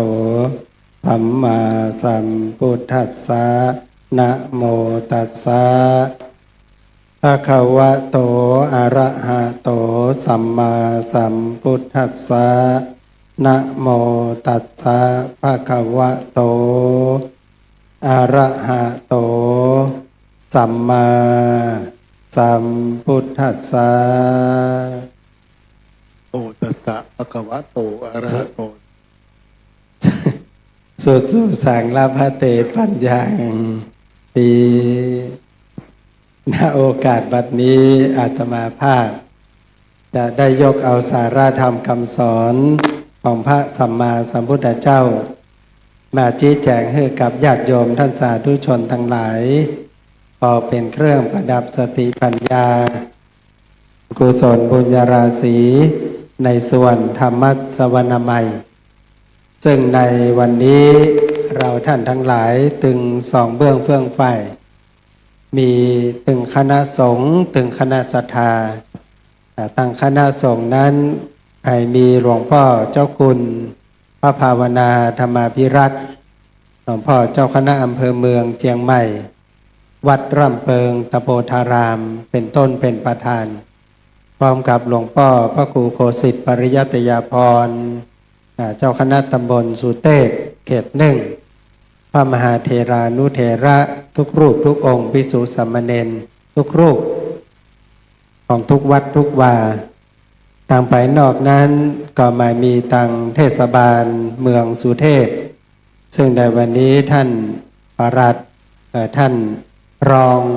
นายกเทศมนตรีแม่จี๊ดไพลินได้นำมาซึ่งคณะผู้บริหารมีท่านประธานสภาท่านเลขาแล้วก็กับสมาชิกสภาทุกท่านตลอดถึงพ่อออกแม่ออกศรัทธาทุกวัดทุกวาทุกบ้านได้พร้อมใจกันมาร่วมกันจัดกิจกรรมในโครงการธรรมสัญจรครั้งที่สองของเทศตำบลสุเทพเอาที่ได้มาจัดที่วัดใหม่ห้วยทรายที่นี้อาตมาภาพซึ่งได้รับอายจนากรรมมอบหมายจากทางคณะสงฆ์คือมาเป็นตัวแทนในการน้อมนำเอาสารธรรมมาเทศนาก็จะแสดงพระธรรมเทศนากันนี้ให้เป็นประโยชน์โสติผลกับญาติโยมทั้งหลายจนกว่าจะจบลงด้วยเวลาญาติโยมฟังพระธรรมเทศนานั่งตามสบายมาต้องประนมมือเน้อพ่อกำนันก็มาแล้วอยู่บนดอยมาจ้าหน่อยญาติโยมทั้งหลายหลวงพ่อเจ้าคุณบอกว่าวันนี้เทศตามสบายเพราะว่าแดดลับแล้วประเดี๋ยวนี้เริ่มมัวอุ้งจุงละเนาะหลวงพ่อพระครูโคสิทธิ์ก็บอกว่าตอนนี้จะบ่ายสองเอาหมอกปอรวมกันแล้วหมอกปอตามสบายห้ามเกินบ่ายสามเพราะว่าวันนี้ถ้ามีฝนแสดงว่าเป็นหน้าบุญนะโยมนะเพราะหลวงพ่อเจ้าคุณพระภาวนามอบหมายว่ากิจกรรมของเราในปีนี้เราจะมีการเทศนาเพื่อให้เราท่านทั้งหลายครั้งที่หนึ่งนั้นอู้ถึงเรื่องของการส่งเสริมคุณธรรมจริยธรรมเรื่องของศีลห้าโดยนิมนต์หลวงพ่อเจ้าคุณวัดพระสิงห์หลวงพ่อพระเทพสิงหวราจารย์ซึ่งเป็นคณะกรรมการตรวจการหมู่บ้านศีลห้าผลเหนือเปิ่นมาเล่ามาเทศเรื่องศีลห้าที่วัดป่าแดงแล้วก็วันนี้หลวงพ่อได้มอบว่าเราอยู่ในช่วงเวลาของการเตรียมการเสนอชื่อครูบาศรีวิชัยเป็นบุคคลสำคัญของโลกนั้นครั้งที่สองนี้เราจะโอ้กันถึงเรื่องครูบาเราก็เลยมีการตั้งรูปของครูบาเจ้าศีลธรรมศรีวิจัยไว้ณสถานที่นี้เพราะครูบานั้นเป็นผู้ที่ได้ชื่อว่าเป็นครูบาศีลธรรมตำแหน่งครูบานั้นในอดีตญาติโยมทั้งหลายคนจะได้เป็นครูบานี่เพิ่นว่าอายุต้อง40อัพ40ถึงจะเป็นครูบาแล้วก็บอกใช่ว่า40นี่ใครฮ้องผ่าเปลี่ยนครูบาก็ได้นะ อย่างตู้พี่แจ็คนี่จะห้องครูบาแจ็คนี่ก็มาได้ไม่เปิงห้องมาได้นะเลยจะห้องทุเจ้าว่าฐานลาดว่าครูบาสง่านี่ก็มาได้นะแต่ห้องเล่นได้โยมห้องเล่นกันได้เพราะอย่างเพราะในแต่ก่อนนี่เปิ้นมีกรรมห้องของเปิ้นห้องไว้ได้ตั้งแต่เนนศีลมั่นตุศีลมั่นนี่นะเพราะนั้นพอห้องว่าศีลมั่นปุ๊บเนี่ยก็จะเป็นช่วงของการทดลองการทดสอบตอนนี้นายกมาแล้วเนี่ยตำหาดียกจ้านะถ้าจะมาพร้อมพ่อกำนันอันนั้นญาติโยมทั้งหลายสิ่งที่เราคนสมัยก่อนเนี่ยเพราะว่านึ่งศีลมั่นศีลมั่นนี่คืออย่างถ้าเป็นสามเณรอันนี้จะบักกินจีนเพิ่นว่าอันน่ะจีนบักกินเนี่ยกินพักแล้วก็ไหว้พระสวดมนต์เจริญสมาธิภาวนากินอันนี้เพิ่นจะเอาวันเนรโล1 2ไม่บักคือความร่วมมือละนั้นพอผ่านของการเป็นเนรศีลมั่นเปิ้นก็จะมีการประชุมกันในคณะสถาพอวันที่ตุเจ้ามีอายุพรรษาถึงเวลาแล้วคณะสถาจะมาประชุมกันท่านนายกต่อไปอาจจะมีนะนาเท่าเราอู้ถึงเรื่องของการฟื้นฟูวัฒนธรรมเปิ้นยะใดเปิ้นจะมาประชุมกันว่าตุลุงวัดเฮาตุเจ้าวัดเฮาเนี่ยมาเดี๋ยวนี้เต้าที่ศรัทธาได้หันนี่นะเป็นตนศีลธรรมมั่นคงเนอะเป็นที่ไหวที่ศาสตร์ของหมู่เฮาจะยอเพิ่นขึ้นนะและฝ่ายนี้ปัจจุบันที่เจียงตุงเพราะน้องว่าฝ่ายโคประกะบ้านเฮาแต่ก่อนนี่ก็เป็นถ้าว่าไปก็เป็นพ่อกำนันพ่อหลวงแก่วัดจะมาประชุมกันแล้วเอาชื่อเนี่ยไปแจ้งเจ้าคณะว่าประเด็นนี้ตุลุงเฮาอายุพรรษาตะอีละอายุ40ละภาษาเกิน20 ปีละได้อยู่กับเฮามาแล้วก็เปิ้นก็จะมีการเป่าประกาศเนี่ยโคประกาศนี่นะญาติโยมนะโคประกาศจะเป็นคนเป่าประกาศเพื่อศรัทธาตึงหมู่บ้านอันนี้เอาเฉพาะบ้านก่อนทั้งหมู่บ้านได้รู้ว่าประเด็นนี้เปิ้นจะยกยอ ตุเจ้าวัดเฮาคือเป็นครูบาแล้วเนี่ยเป่าประกาศแล้วก็จะแห่ท่านอาจารย์ครับแห่แวดหมู่บ้านน่ะแปลว่าแห่กี่วัน7 วันเอาใส่ถ้าใบประเด็นนี่ก็ใส่เสลียงนะแห่แวดหมู่บ้านนี่นะไปจุเป็นตี้วันนี้แห่วันพุกแห่วันนึงแห่จนครบ7 วันอ่ะหลวงพ่อสมเด็จอาจจะทำว่าใน7 วันนี้ถ้าแบบเมื่อยนะแสดงว่าบุญดี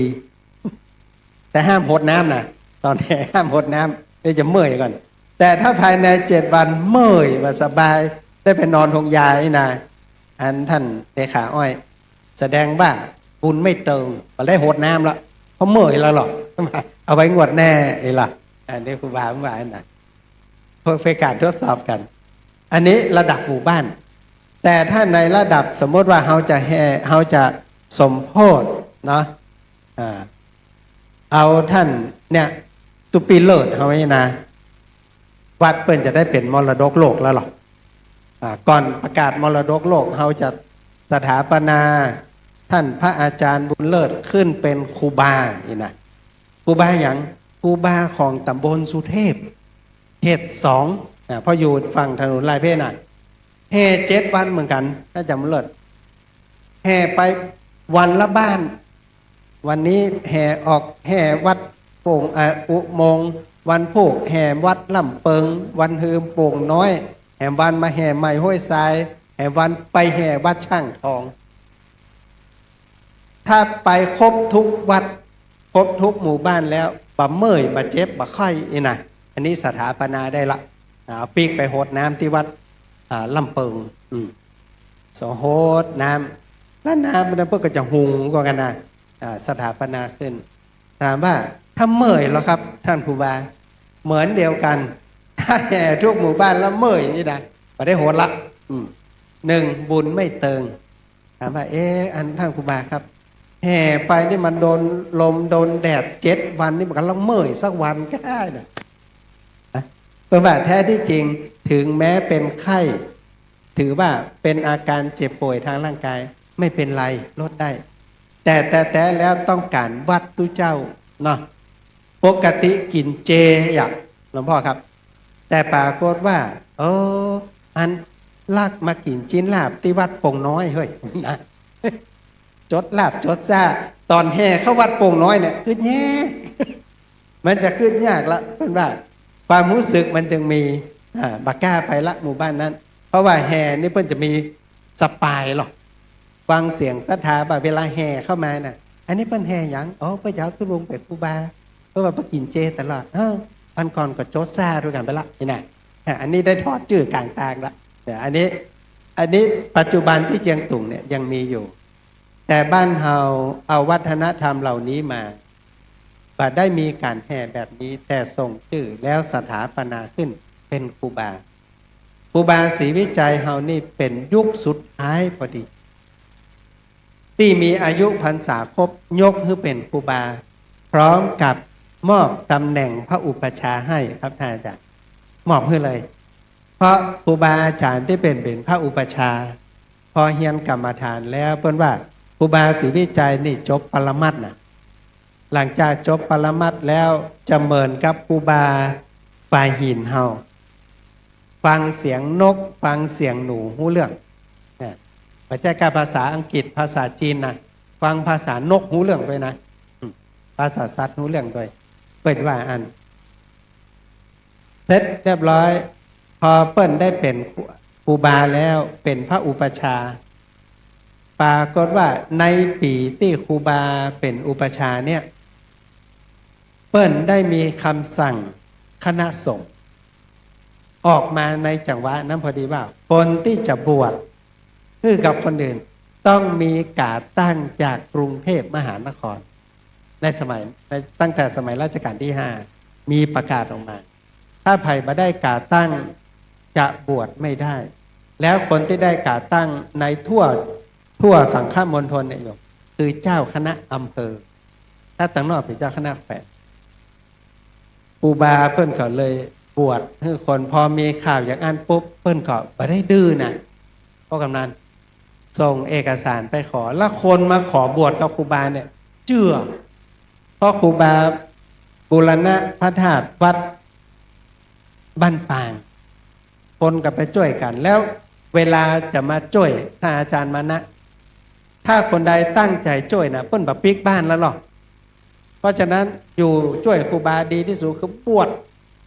ถ้าปล่อยหลวงวิหารแล้วปล่อยหลวงพระธาตุแล้วก็ซิกใครจะซิกก็ซิกใครบ่ซิกก็ตยช่วยครูบาไปแทนอันนี้สมัยก่อนเพิ่นก็เลยบวชบวชบางทีบวชรายวันนะ2-3 วันบวช2-3 วันบวชแต่พอเปิ้นตั้งระเบียบปุ๊บครูบาก็ไปขออนุญาต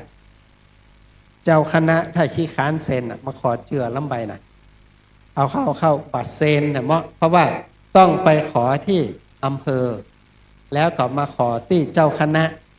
ปรากฏว่าเจ้าคณะไม่ยอมเซ็นในประวัติบอกว่าก็แฮมบักกี้วันจะถึงกำหนดแล้วตัวไปไม่ได้กับบัตรเซ็นสักเตื้อถามว่าท่านหลวงพ่อเซ็นหรือยังมีฮะนะเดียวเซ็นเนอร์วันพุกมาก็มาได้กำเดียวนี่นะวันพุกก็ยังมาได้ด้วยนะดังนั้นพอหลายวันเข้าลูกศิษย์ลูกหาเขาก็บอกว่าครูบาเนี่ยใดดีเลยกำหนดมาละครูบาเป็นอย่างก้าเคยขอแล้วหรอบวชตู้เจ้าไปจะฆ่าคนตายบวชเลยเนี่ยบอกกองบวชปุ๊บบวชแล้วคนเลย คดีมาถึงที่แต่เลยยับครูบาเอาไปสอบสวนครั้งแรกโยมทั้งหลายยับแล้วเอาขังไว้ที่ลีขังไว้ลีเลยแล้วก็ออกมาปุ๊บเขามาขอบวชครูบาก็บวชนี่แทนในที่สุดแล้วก็เป็นเรื่องเป็นราวเจ้าคณะก็หันว่าแล่งเฮายับขังลูกศิษย์ลูกหาก็นักขึ้น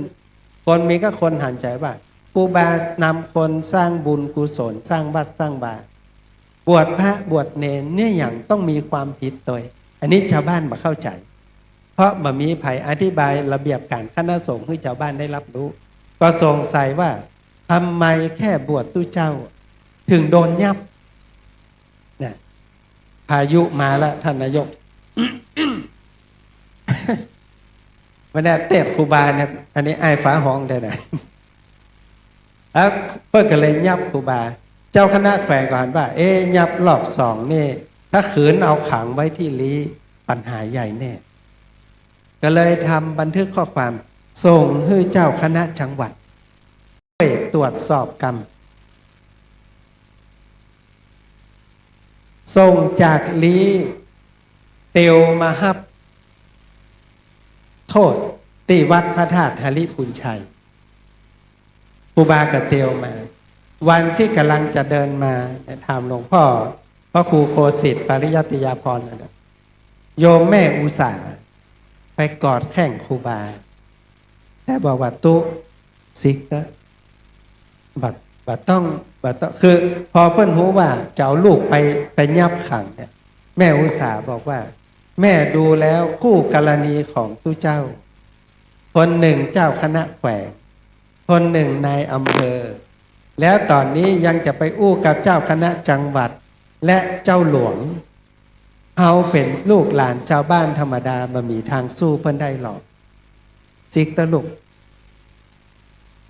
ครูบาศรีวิจัยว่าแม่จัดแล้วเฮายะฮือเปิ้นจัดนี้เปิ้นเลยตอยมายะฮือเฮาบ่เป็นหยังบ่ถึงตายเฮาเอาบุญใส่เปิ้นโยมแม่อุสานี่ปล่อยผ้าครูบาแล้วก็ให้อยู่โยมทั้งหลายครูบาศรีวิชัยตั้งแต่เกิดเรื่องติลีโดนยับขังที่ละปูนคนก็มาลุ่มมาตานเข้าเจ้าหน้าที่ก็ล็อกประตูวัดเพื่อให้คนเข้าหาแทนปรากฏว่าคนก็ปากันบุ๊กบอกว่าแค่จะเอาเข้าไปตานที่ตู้เจ้ามันจะมีความผิดขังกี่ปีนะเปิ้ลเขาว่ามีพ่อสร้างคนหนึ่งชื่อสร้างสาเป็นคนปาศรัทธาที่จะไปตานเข้าบุกเข้าไปที่วัดพระธาตุนริพุนชัยว่าถ้าสู่จะยิงก็ดีจะยับก็ดียับฆ่านี้แล้วก็แหวกประตูให้คนเข้าไปตานเข้านะอันนี้ก็เป็นเรื่องที่เกิดขึ้นกับครูบาเจ้าคณะจังหวัดลำพูนเจ้าหน้าที่ตั้งลำพูนโยมแม่นิดก็มาหันว่าขนาดขังบักกี้วันน่ะเจ้าบ้านมาบุกวัดแล้วน่ะถ้าขืนละไว้เกิดมอกใหญ่แน่นอนก็เลยส่งเรื่องมาที่เชียงใหม่บอกว่าเชียงใหม่ในฐานะเป็นจังหวัดพี่ช่วยจัดการเรื่องนี้กรรมเนี่ยโยมทั้งหลายลี้รับไม่ไหวส่งมาละปูนหันท่าบดีส่งต่อไปที่เชียงใหม่พอเอามาที่เชียงใหม่ครูบาอาจารย์ที่เชียงใหม่ก็ประชุมกันว่าอันนี้ภาษาไทยว่าโยนเผือกร้อนมาให้กันปากกาตัดสินจงเฮาตัดสินเกิดเฮาตัดสินนี่นายพอดีขึ้นมานี่โตดจะมาตกที่เฮาแล้วเนี่ยใดเอาไปประจ้างเนี่ยใดเนี่ยเอาไปฝากไว้ที่วัดศรีดอนใจก่อนศรีดอนชัยช้างคานท่านนายกเอาไปขังไว้ รองเจ้าคณะวัดศรีดอนชัยจะเอาไว้ในโฮงในอย่างกับประจ้างเอาไว้เพราะคนมาตวยมาหลายเอาไปไว้ในศาลาบาทแล้วก็ด่าเข้าคือฉันพระเจ้านี่เป็นเล่าว่าแกงมีตึงแกงจิ้นแกงปลาแกงยำเพื่อก่อฮื้อมานะตามศรัทธาแต่ครูบากินเจอาหารที่มีอยู่ไม่มีอาหารที่เป็นพักเลยครูบาเดี๋ยวก็นั่งพอมาได้หลวงพ่อวัดศรีดอนใจในสมัยนั้นก็ครูบาตอนที่โดนนี่30 ปลายนะแม่หนุ่มเรียกตู้พี่แจ๊กก่อนครูบาเมื่อก่อนบอกว่าเปิ้นเอาเข้าให้ฉันก็ฉันกันครูบาบอกข้าเจ้าอันบักขินจีนเจ้ายิงจองหองเห็นไหม ปากินก็ไม่ต้องกินนะวันแรกเก็บไปอย่างไม่ต้องกินนะพอไว้จริงแต่คนทั้งหลายเนี่ยโยมทั้งหลายคนเฮาพอมาบัดจอบกันให้ได้ ก็ว่าไปสปะวันที่สองเอาเข้ามาฮื้อแถมก็เป็นอาหารที่ปรุงด้วยเนื้อหูว่าเปิ้ลฉันเจแต่ที่วันที่สองจะเตรียมฮื้อด้านนายกอาหารเหมือนเดิมมีจิ้นผสมอยู่ครูบาได้ก็นั่งรับกันวันที่สองเจอหนักหน่อยอู้ตัวว่าถึงเวลากินข้าวยังบักกินเปิ้ลก็นั่งรับตายเพราะครูบาเนี่ยเปิ้ลเป็นคนศีลอู้เตื้อเดียวพอละแต่ว่าผมบอกแล้วถาม2-3 คำไม่ตอบครับหลวงพ่อเจ้าคณะเปียตลปัดบุกหัวครูบาน่ะบุกปุ๊บเลยนะเป็นจังหวะที่หลวงศรีประกาศไปปะเข้าใส่พวกเราโหไปบุบเปิ้ลนี่อย่างครูบาเพื่อจมตัวว่าขึ้นตัวมาเป็นอย่างครับตั้งนี่ไปหลวงพ่อบ่ต้องเตรียมอาหารละข้าเจ้าฮับเป็นเจ้าภาพจะทำอาหารมาส่งทุกวันผู้หลวงศรีก็เลยเป็นคนที่ส่งอาหารให้ครูบาทุกวันทุกวันทุกวันได้กินข้าวอาหารเจกับคุณหลวงศรีหลังจากนั้นคนก็มานักขึ้นนักขึ้นนักขึ้นสามเณรคำแสนบ้านดอนมูลสันกำแพงได้ยินเปิ้นเล่าลือกันว่าเปิ้นเอาครูบาศรีวิจัยมาขังไว้เป็นตนบุญคนเขาลบเรื่องสายปูจาเตียวลูกวัดดอนมูลสันกำแพงเลยบ่อสร้างไปบุญน่ะก่อนจะถึงวัดร่องวัวแดงเตียวลูกปุ้นมาโยมกำลังจะมาถึงที่แถวต้าสะตอยสันปะปอยจะข้ามขวานวรัตน์ไปปะคนเท่าถามว่าเน้นไปไหนเน้นคำแสนว่าจะไปไหว้ครูบาศรีวิจัยได้ยินข่าวว่าเปิ้นเอามาขังไว้ที่วัดศรีดอนใจโอ้เน้นไปเนอะตำรวจแวดนั่นประเดี๋ยวนี้ไผ่ไปหานะเปิ้นยับหมดอะเปิ้นถือว่าเป็นหมู่เดียวกับเปิ้นนะติดคอกไปด้วยเปิ้นเนอะเน้นนี่สตันไปชั่วขณะนะยืนนิ่งเนี่ยนะยันใดดีในระหว่างนั้นคือว่าปิกดีก้าแต่อุตส่าห์เตียวลูกสันกำแพงเนาะข้ามขวานวรัตน์ไปแหมหน่อยแถววัดศรีดอนใจละไม้ปิกนี่หลายกิโลน่ะ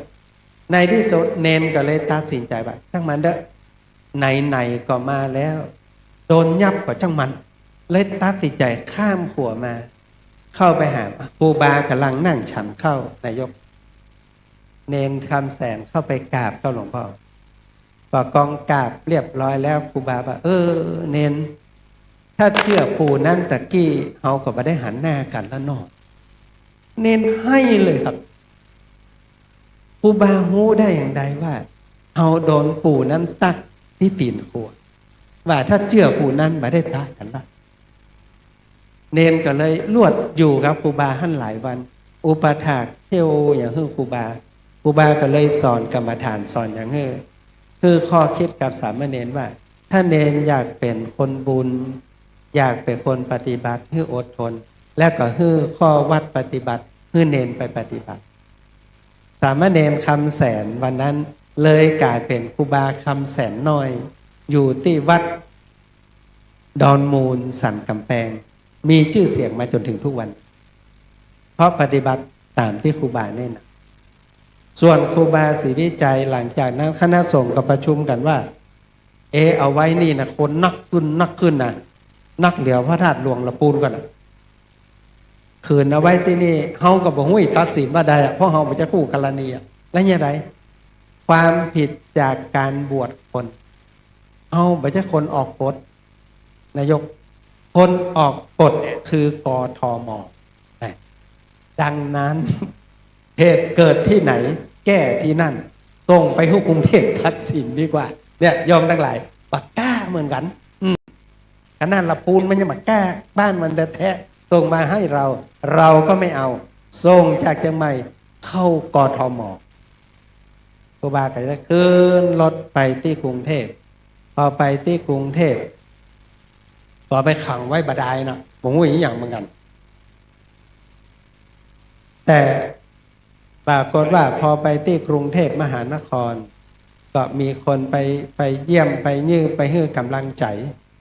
จนในที่สุดแล้วทางคณะสงฆ์ก็เลยได้รับรายงานจากตังหลับปูนรับรายงานจากเชียงใหม่เลยตั้งคณะกรรมการตรวจสอบพอสอบได้แล้วเพิ่งก็เห็นว่าครูบาไม่ได้เป็นคนกระด้างกระเดื่องไม่ใช่เป็นคนดื้อเป็นคนอ่อนน้อมอู้อย่างก็เป็นคนอู้ดีเพียงแต่ว่าไม่รู้ระเบียบกติกาเท่านั้นเองในคำตัดสินเพิ่นว่าแค่เขาไม่ปฏิบัติเพราะไม่รู้ระเบียบแทนที่จะอธิบายให้เขาเข้าใจกับจับไปขังตั้ง1 ปีนะแม่จิตอ่ะไม่ใช่ขังน้อยหน่อยอันนี้บันทึกของสมเด็จพระสังฆราชเพิ่นว่า1 ปีถือว่าเกินไปเพิ่นก็เลย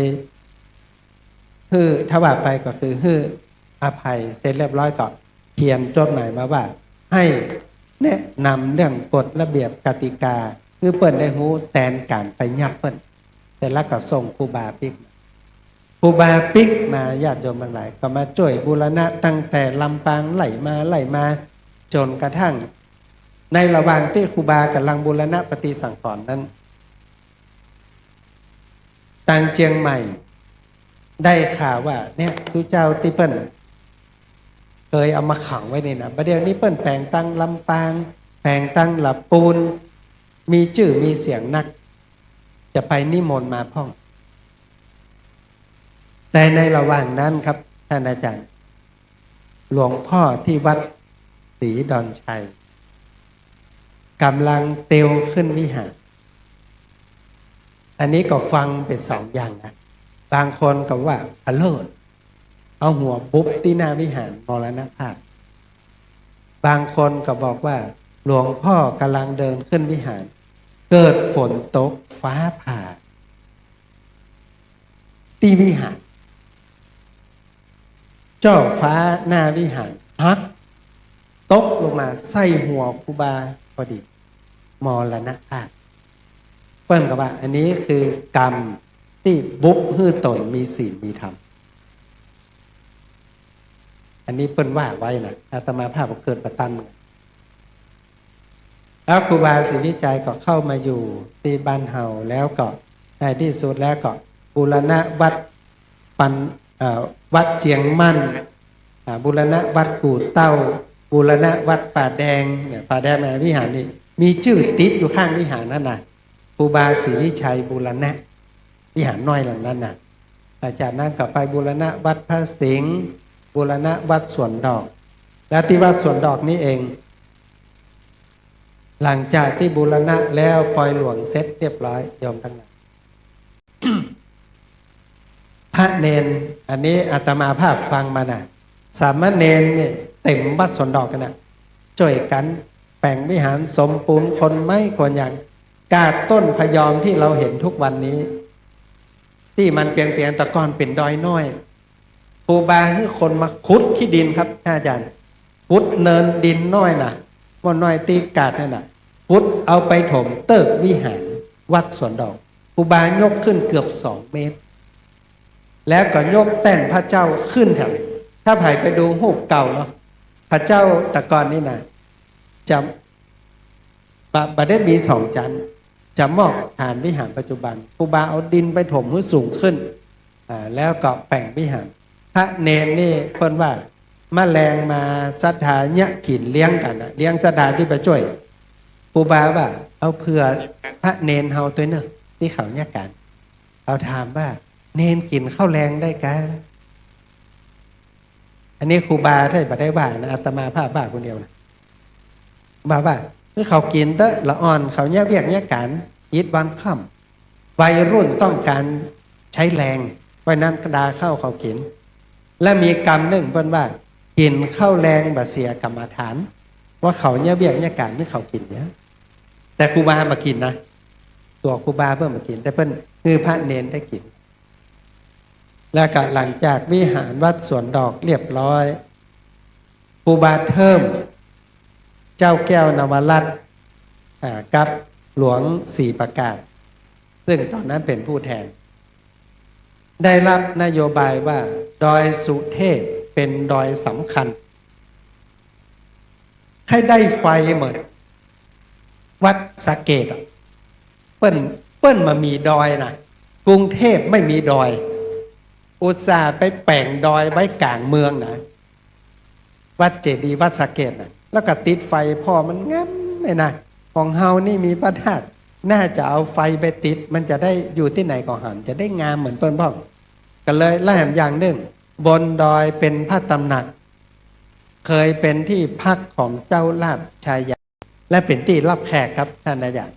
เลยอยากจะเอาไฟฟ้าขึ้นไปเอาเสาไฟตัวเส้นเก่านะ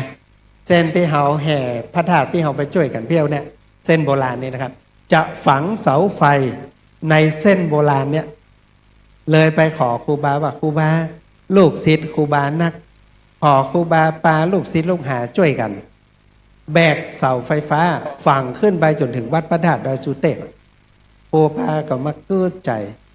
และบอกว่าแบกเสาไฟขึ้นไปแล้วมันแบบใจน้อยๆหรอกเอาแป่งตางแล้วเอารถขนขึ้นมาหมังง่ายกว่ากะเอากันเลยว่าถ้าอันก็ลวดขอครูบาเป็นประธานแป่งถนนเอารถขึ้นเนี่ยกำเนาะเนี่ยโยมทั้งหลาย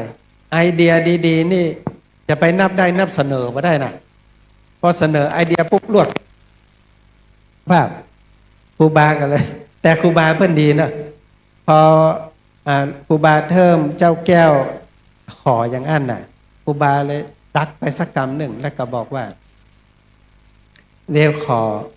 กึดก่อยสัก3 วัน 7 วันเนาะถ้าอย่างใดก็มาเอาคำตอบใหม่ครูบาเพิ่นก็มาพิจารณาแล้วก็บางท่านก็บอกว่าครูบาเพิ่นได้ปฏิบัติกรรมฐานเหมือนหลวงพ่อเจ้าคุณภาวนาเฮาเนี่ยเปิ้นก็นั่งกรรมฐานพิจารณาว่าจะสามารถทำได้ไม่ได้แล้วปรากฏว่าเทวดาก็มาให้นิมิตเนี่ยโยมนะคนเฮาเวลานอนหลับฝันเนี่ยเปิ้นว่า1 เทพนิมิตเนี่ยสำหรับคนที่จิตดีๆนะนอกนั้นถ้าบัจเจเทวดานิมิต2 จิตอาวรณ์อันนี้กึดนอกล้อมอันที่3ลางสังหรณ์4ธาตุกำเริบธาตุกำเริบนี่เป็นไข้เมื่อยหรือกำอันฝันว่าจะไปประชุมนะเสาะหาห้องน้ำแบบปะเฮ้ยนะเตียวไปเตียวมาปะต้นไม้ใหญ่บอกหมอกมันหวดข้างต้นไม้นะแต่ถ้ามีคนโผล่มานะพวกกำนันนะลวดมาได้เหี่ยวสักกำอันนี้ปลอดภัยแต่ถ้ามันมีภัยหารสักคนปล่อยตามสบายแล้วแจ้งมาลัสลีเปียละอันนี้ประวัติธาตุกำเริบครูบาเปิ้นฝันเปิ้นมีเทพนิมิตว่ามีคนเท่าใส่ชุดขาวมาปาเปิ้นออกจากวัดพระสิงห์เตียวขึ้นดอยสุเทพโดยเส้นทางสายเก่าไปไหว้พระธาตุแล้วตอนปิ๊กลงมาลงเส้นใหม่แล้วมาโพสที่ห้วยแก้วครูบาเปิ้นว่าอันนี้นิมิตดีพอ7 วันครูบาเทิมเจ้าแก้วหลวงศรีมากราบว่าครูบาว่าใดครูบาว่าแปลงถนนดีกว่าสำเร็จอันลวดครูบาเป็นประธานเนาะครูบาก็เลยเล่าความฝันให้ฟังว่าตะคืนข้าฝันว่าแล้วก็เลยเริ่มทำงานโยมทั้งหลายพอเริ่มทำงานวันที่ทำงานอันนี้อันหนึ่งนะครูบาเทิมเป็นคนที่คำนวณเลิกยามครูบาศรีวิจัยกำหนดเลยว่าวันที่9 พฤศจิกายน 2477เลิกดีครูบาเทิมใครเป็นคนคำนวณเลิกขึ้นเนี่ยครูบาว่าคำนวณคนเดียวครูบาเทิมประกอบขีดนะครับว่ามันจะมีปัญหานะปัญหาอย่างจะมีเรื่องครูบาศรีวิจัยถามว่ามีเรื่องกับไผ ใครเป็นเก้าคนนั้นไม่ใช่ใครเจ็บหัวเข่าคนนั้นไม่ใช่นะมีเรื่องนี้คือเพื่อนบอกว่าภัยเป็นประธานเรื่องจะเกิดขึ้นกับคนนั้นครูบาศรีวิจัยถามครูบาเทิมว่าอันแล้วถนนมันแล้วก่อนถนนแล้วครูบาศรีวิจัยว่าถ้าอันเอาตามนี้บ่เปลี่ยนไม่เปลี่ยนครูบาเทิมก็เลยบอกว่าอันวันที่เราจะลงวันที่9นี่นะนิมนต์เจ้าคณะจังหวัดนิมนต์เจ้าคณะตำบลนิมนต์พระเถรานุถิระเชิญแขกผู้หลักผู้ใหญ่ต่างบ้านเมืองมาร่วมด้วยกันเนาะครูบาบอกว่าเรื่องเชิญคารวาสคือเจ้าแก้วฮื้อหลวงศรีไปจัดการส่วนตู้เจ้าตามหน้าบุญพอถึงวันนั้นหลวงพ่อตู้เจ้ามีกระหมู่ครูบาศรีวิจัยครูบาเทิมบอกว่าเอาบัดนิมนต์ไผไปกล้ามาครูบาศรีวิชัยท่านก็บอกว่าคนอยู่แผ่วในแผ่วเบาเปิ้นยังปากันมาจ่วยอันนี้อยู่ใกล้กันนี่ต้องฮื้อนิมนต์นี่แสดงว่าเปิ้นบ่อยากร่วมบุญกับเอาเพราะฉะนั้นเอาครูบาเทิมเป็นประธานเลยชยันโตพระสงฆ์ทั้งหลายช่วยกันชยันโตท่านอาจารย์ครูบาบ่ได้กรรมขบกขุดนะ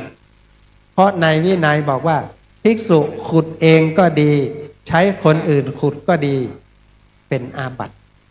ดังนั้นโยมบดีเขตทุกเจ้าแทะหญ้านะโยมนะโยมต้องมาช่วยกันแทะนะ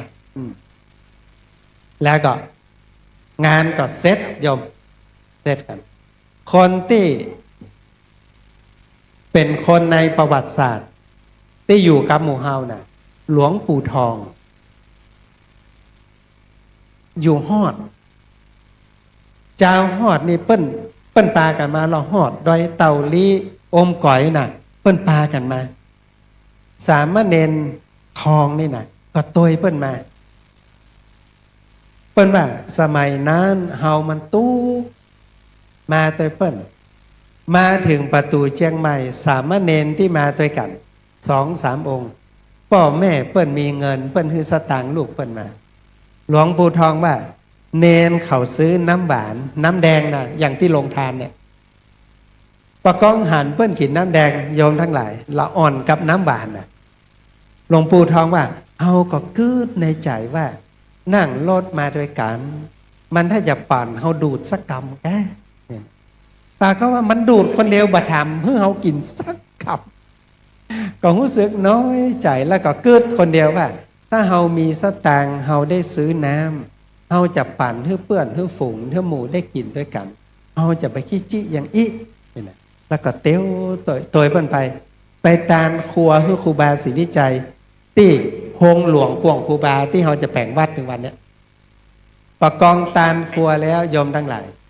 ครูบาศรีวิจัยแจกสตางค์คือสามเณรที่มาตัวคนแถบพอไปถึงสามเณรบุญทองหลวงปู่ทองเขาให้หนักเอาสตางค์เย็นเฮอพร้อมกับบอกว่าปิ๊กไปก็ซื้อน้ำแดงกินเหียนเฮอหลวงปู่ทองว่าเฮานี่ให้แตกเลยเพราะเฮากึดในใจที่ประตูเชียงใหม่พูดนะครูบาอยู่ที่ตีนดอยสุเทพอ่ะ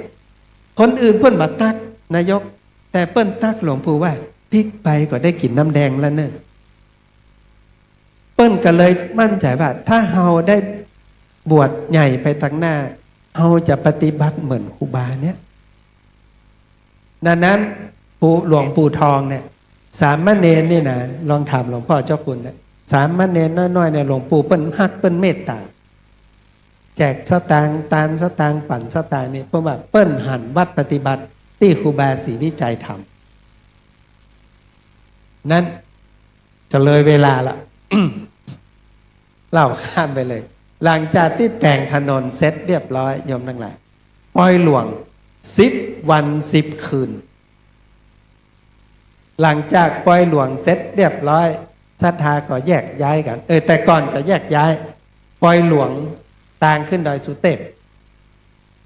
คุณหลวงศรีเจ้าแก้ว ผู้หลักผู้ใหญ่ทั้งหลาย ต่อมาอินดูครูบาขาวปีพระขาวปีว่าอุตส่าห์มาช่วยเฮาคดีเพิ่นก็โดนไปเรียบร้อยแล้วนะว่าตอนนี้เปิ้นป้นแล้วหรอเปิ้นเป็นพระขาวเขาบวชนี่เปิ้นเนี่ยบอกครูบาศรีวิจัยว่า คดีมันหาบ่ได้ติดคอกนะแต่มันอยู่ในระหว่างเปิ้นห้องอย่างก็รอลงอาญามันจะบัดเสี่ยงเตื้อแต่ว่ามันเป็นยังไอ้นั้นเปิ้นสร้างบุญสร้างกุศลผมว่าอินดูเปิ้นเขาบวชนึกเปิ้นเนี่ยบอกครูบาบ่าบัดได้ฆ่ากับบัดใจอุปชาแล้วนะถ้าบวชบัดได้เปิ้นก็เลย พอดีว่าหลวงพ่ออุปชาเป็นคนอำเภอลีเปิ้นมาตัวบอกว่านี่เหรอจำชื่อเปิ้นไม่ได้ อุปชานี่เหรออยู่ตัวนี้เหรอครูบาก็เลยให้หลวงพ่อองค์นั้นนะครับพระอาจารย์เป็นพระอุปชาบวชให้ปรากฏว่าหลังจากบวชแล้วเขาล็อกเลยรอจังหวะอยู่แล้วก็เลยเขียนเรื่องฟ้องไปที่กรุงเทพไม่ถึง2 เดือนจดหมายจากกรุงเทพมาว่าให้ส่งตัวไปพิจารณาที่กรุงเทพมหานครพอเป็นครั้งที่2แล้วเนี่ยโอ้ศรัทธาพอฮู้ว่าเปิ้นจะมายับครูบามานั่งในวัดมาไม่ใช่มานั่งนะป้ากันมาเต็มวัดพระสิงห์ยอมมันก็ดูได้ว่าวัดพระสิงห์กว้างมากใดเนาะคนมาล้อมกุฏิครูบามดว่าบาฮื้อไผ่เข้ามายับครูบาเด็ดขาดถ้าไผ่จะเอาครูบาไปต้องผ่านเฮาไปก่อนปรากฏว่าครูบาเทิมแต่งเตียนยาวหมอกศอกให้หน่อยเอามาถวายครูบาศรีวิจัยที่กุฏิพอไปถึงปุ๊บครูบาศรีวิจัยเพิ่นก็กราบครูบาเทิมเพิ่นก็อู้แต้พ่องเล่นพ่องเนาะพอได้เกิดว่าครูบาศรีวิจัยเครียดได้บอกว่าอ่านก็เนี่ยข้าว่าแล้วถ้าเจือข้านี่รับรองแบบมีเรื่องเนี่ยครูบาศรีวิจัยว่าเรื่องเก่าบ่ท่าเล่ามันละ มันผ่านไปเรียบร้อย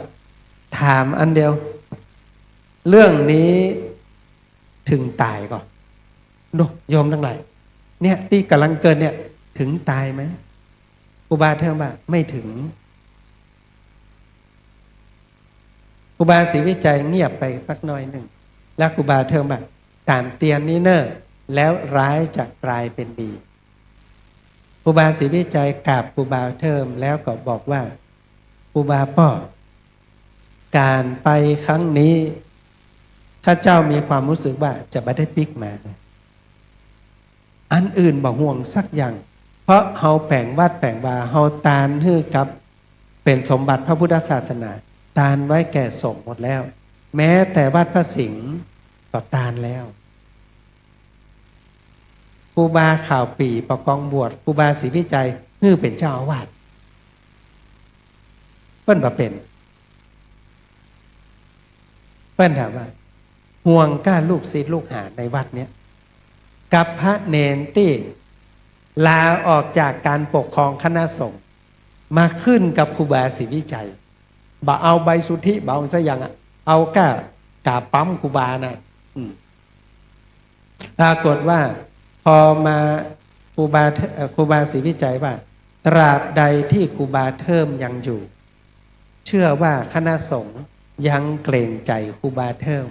เพราะเจ้าแก้วนวราชเป็นลูกศิษย์อดีตพระราชายาเจ้าดารารัศมีเป็นลูกศิษย์ดังนั้นข้าครูบาเทิมนี่นะมามีไผ่กล้ายุ่งไปสักคน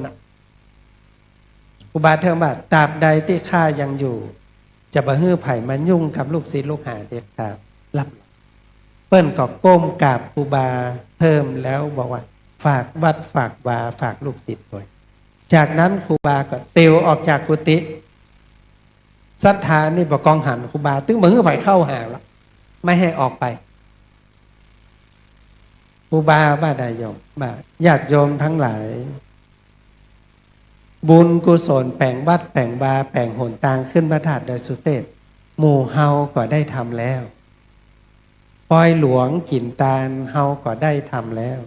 บุญกุศลเฮาได้ไปตัวกันละ แต่เรื่องที่กำลังเกิดขึ้นนี้เป็นเรื่อง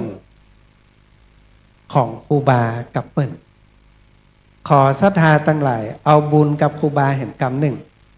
ช่วยกันแปลงหนทางให้ครูบาได้เตียวไปไส้กรรมเนี่ยกรรมอู้ของครูบาศรัทธากับปากันแปลงหนทางแล้วปล่อยให้ครูบาเตียวไปขึ้นรถเจ้าหน้าที่ที่หน้าวัดพระสิงห์เหลือก็ให้นั้นครูบาศรีวิชัยญาติโยมทั้งหลายหลังจากที่ไปอยู่กรุงเทพเนาะ หลวงศรีเจ้าแก้วตยไปกรุงเทพไปเล่าให้ครูบาฟังว่าตอนอยู่ในเบียงตอนครูบามีเรื่องจัดใครไปช่วยอ่ะแต่เนื่องจากว่าเขาเปลี่ยนแปลงการปกครองมีคำสั่งห้ามยุ่งกับการคณะสงฆ์เด็ดขาดการบ้านพอการบ้านการสงฆ์พอการสงฆ์ดังนั้นเลยตยมาช่วยครูบาที่นี่ครูบาก็ถามว่าแล้วมาช่วยตังเพจะช่วยอย่างไรเพราะมันเป็นเรื่องของสงฆ์เขาว่าแต่เดียวเขาจะหาทางช่วยแล้วเปิ้ลก็ไปขอหนังสือพิมพ์ที่เป็นฝรั่งช่วยเขียนข่าวพูดถึงครูบาศรีวิจัยแล้วเปิ้ลก็พอเปิ้ลได้อู้กับหลวงศรีเปิ้ลก็บอกหลวงศรีว่าหลวงศรีไปบอกครูบาถ้าเหตุการณ์ครั้งนี้ผ่านไปแล้วนิมนต์ครูบาไปแป่งขัวกันเนาะขัวที่ครูบาแป่งไว้ฝนมาน้ำปัดขัวพุดไปละเนี่ยเหมือนแม่แจ่มน้ำปัดพุดไปละลบไปมาได้แล้วไปเดียวขอครูบาไปแป่งขัวกันเพราะเจ้าศรัทธาก็มีแล้วครูบาบอกว่าคุณหลวงตั้งแต่คณะสงฆ์ประกาศว่าห้ามมือเฮายุ่งเฮาก็ได้เขียนจดหมายมอบถนนเส้นนั้นเพื่อกับพญาพหลเพื่อกับรัฐบาลไปแล้วมันมาแจ้งของเฮาแล้วอย่างได้ศรัทธาก็รอครูบาครูบาบอกว่าโอ้น้ำปิงบะไหลขึ้นทางเหนือนี่ถ้าบ่ได้ปิกไปละเดี๋ยวก่อนมานี่ได้ปาครูบาเทิมก่อนปากันปิกไปขจายไปหาครูบาเทิมเนี่ยนี่อย่างจะปิกไปให้ขจายไปหาแต่ยะฝากความระลึกถึงครูบาปอดไว้คุณหลวงศรีเดินทางจากกรุงเทพมาถึงบ้านแม่บ้านเตียวเข้าบ้านมาพอดีเพื่อนก็ถามว่าไปไหนมาไปวัดแสนฝางปะครูบาเทิมก่อนเนี่ยก็กำลังอู้กันแล้วก็ปิกมาเนี่ยแล้วสุขภาพเพิ่มเป็นไรบ้างพอดีอยู่นะอู้กันนี่นะอ้ำเป็นเนี้ยปิกมาอิดออนรับกันเดี๋ยววันพุกก็ไปหาปรากฏว่าตีสี่นายกได้ยินระฆังกังกังกังกังว่าปากันล่นไปที่วัดครูบาเทิมมรณภาพตีสี่หลวงศรีนี่ให้แล้วก็บอกว่าถ้าเชื่อครูบาได้อู้กับครูบาเทิมแล้วนี่พ่อบาเชื่อเลยไม่ได้หันหน้าสักครั้งเพราะฉะนั้นที่เขาบอกว่าครูบาโคดให้คนเชียงใหม่นะแล้วก็บอกว่าน้ำปิงบะไหลขึ้นเหนือตึงบอกปิกไปย่ำเชียงใหม่นะลงที่เขาว่าลงที่รถไฟวันไหนพระเจ้ากรรมนี้อู้กับหลวงศรีประกาศที่วัดเบญจมบพิตรคุณหลวงศรีเขียนในหนังสือประวัติครูบาศรีวิจัยเปิ้นเขียนคนเดียวเปิ้นครูบาไม่ได้โคดอย่างเลยแต่ตอนที่เจ้านายไปเอาขันไปนิมนต์หลวงพ่อที่สถานีรถไฟครูบาว่าเอาโดนห้ามแบบคือก่อสร้างแล้วและแถมยังเอาตั้งใจว่าปิกมาคราวนี้จะปิกไปที่บ้านเกิดเพราะตั้งแต่ออกจากบ้านเกิดไปแปลงที่เวียงเชียงใหม่แล้วก็ไปอยู่กรุงเทพยังบ่ได้ไปหาแม่ไปที่บ้านเลยคือเติงหาเพิ่นขอเฮาปิกบ้านก่อนบ่ได้โตดมันดังนั้นครูบาเจ้าศีลธรรมศรีวิจัยจึงเป็นคนที่มีศีลและมีธรรมมีเรื่องหนักๆมาใดบ่เคยโทษคนอื่นอู้อยู่ประโยคเดียวว่าเป็นกรรมเฮาที่ทำให้กับเปิ้นมีคนบอกว่าครูบา สร้างบุญนักขนาดนี้ เขาก็จะมาญะให้ครูบาป้อมหันความดีที่เฮาทำครูบาสิวิจัยว่าใดขนาดเฮาทำบุญนักขนาดนี้ ยังบ่พอใส่เพิ่นเถื่อนั้นย้างบ่ได้ถ้าย้างนี่เจ้ากรรมนายเวรมันจะมีอำนาจนักกว่าเฮาน่ะเพราะฉะนั้นเฮาต้องทำบุญให้นักเพื่อจะได้มีบุญใส่หนี้เพิ่นนี่อันนี้คือกรรมอู้ของครูบาแล้วมีคนไปว่าโอ้ครูบานะถ้าเป็นว่าเป็นอย่างครูบาเนี่ยก็จะฟ้องกลับนะติดข้อตัวกันหมดอ่ะเนี่ยอันไปเนี่ยอีเขาก็เนี่ยอันไปยอมเขาโมดีเขาว่าเขาง่าวนะมีโอกาสแล้วไม่สู้ครูบาถ้าได้ยินกรรมเหล่านี้นะโยมเพื่อก็เลยมีกรรมของครูบาหนึ่งว่าเขาด่าจ้างเตอะว่าเซอะจ้างเขาขันแนมตัวเฮาศีลธรรมบ่อเซอดังนั้นคำว่าศีลนี่ก็คือหนักแน่นครูบาเจ้าเทืองนาดาศิโลบอกว่าศีลแปลว่าศิลาก้อนหินต้องหนักแน่นศีลแปลว่าเย็นคนที่จะสร้างบารมีต้องใจเย็นเหมือนครูบามีปัญหาลงที่เรามาลงที่คนอื่นและก็สร้างคุณความดีสืบต่อไปดังนั้นญาติโยมท่านสาธุชนทั้งหลายครูบาเจ้าศีลธรรมศรีวิจัยจึงเป็นผู้ที่เป็นต้นแบบเป็นต้นบุญของเฮาท่านทั้งหลายว่าตอนที่เราสร้างคุณความดีเปิ้นว่าถ้าเราทำได้เขาทำได้บารมีกับเฮากับเขาก็เต้าเดียวกันซึ่งแบบนี้อย่างแต่ถ้าเราทำได้เขาทำไม่ได้แสดงว่าเราเริ่มมีบารมีถามว่าเราต้องทำขนาดไหนทำจนเปิ้นถามว่าทำได้อย่างไรถามว่าจะต้องทนมากใดทนจนเปิ้นบอกว่าโอ้หลวงพ่อไปทนได้อย่างไรแต่ถ้าเป็นผมนี่ผมนอนอยู่วัดแล้วเนี่ยถ้าจะอวดในที่ประชุมนี่นะโยมทั้งหลายอาตมาภาพขอยกหลวงพ่อเจ้าคุณนะหลวงพ่อเจ้าคุณหน่อยสุขภาพเปิ้นกล้าออกโรงพยาบาลน่ะไม่ใช่กล้าออกนะออกมาได้ประเมินถ้าเป็นเฮาจะพักผ่อนนอนอยู่วัดละเนาะแต่หลวงพ่อไปทุกที่และยังแบบปอน่ะเฉพาะโครงการวิปัสสนาสัญจรน่ะเพื่อมาได้แยงเลยทุกวันดังนั้นพอหันหลวงพ่อเนี่ยการเนี่ยตั้งแต่เฮาฮับคิดนี่บ่ได้แต่เกิดใจนะแบบอย่ามาขั้นยางแต่พอเกิดถึงหลวงพ่อน่ะขนาดหลวงพ่อน่ะ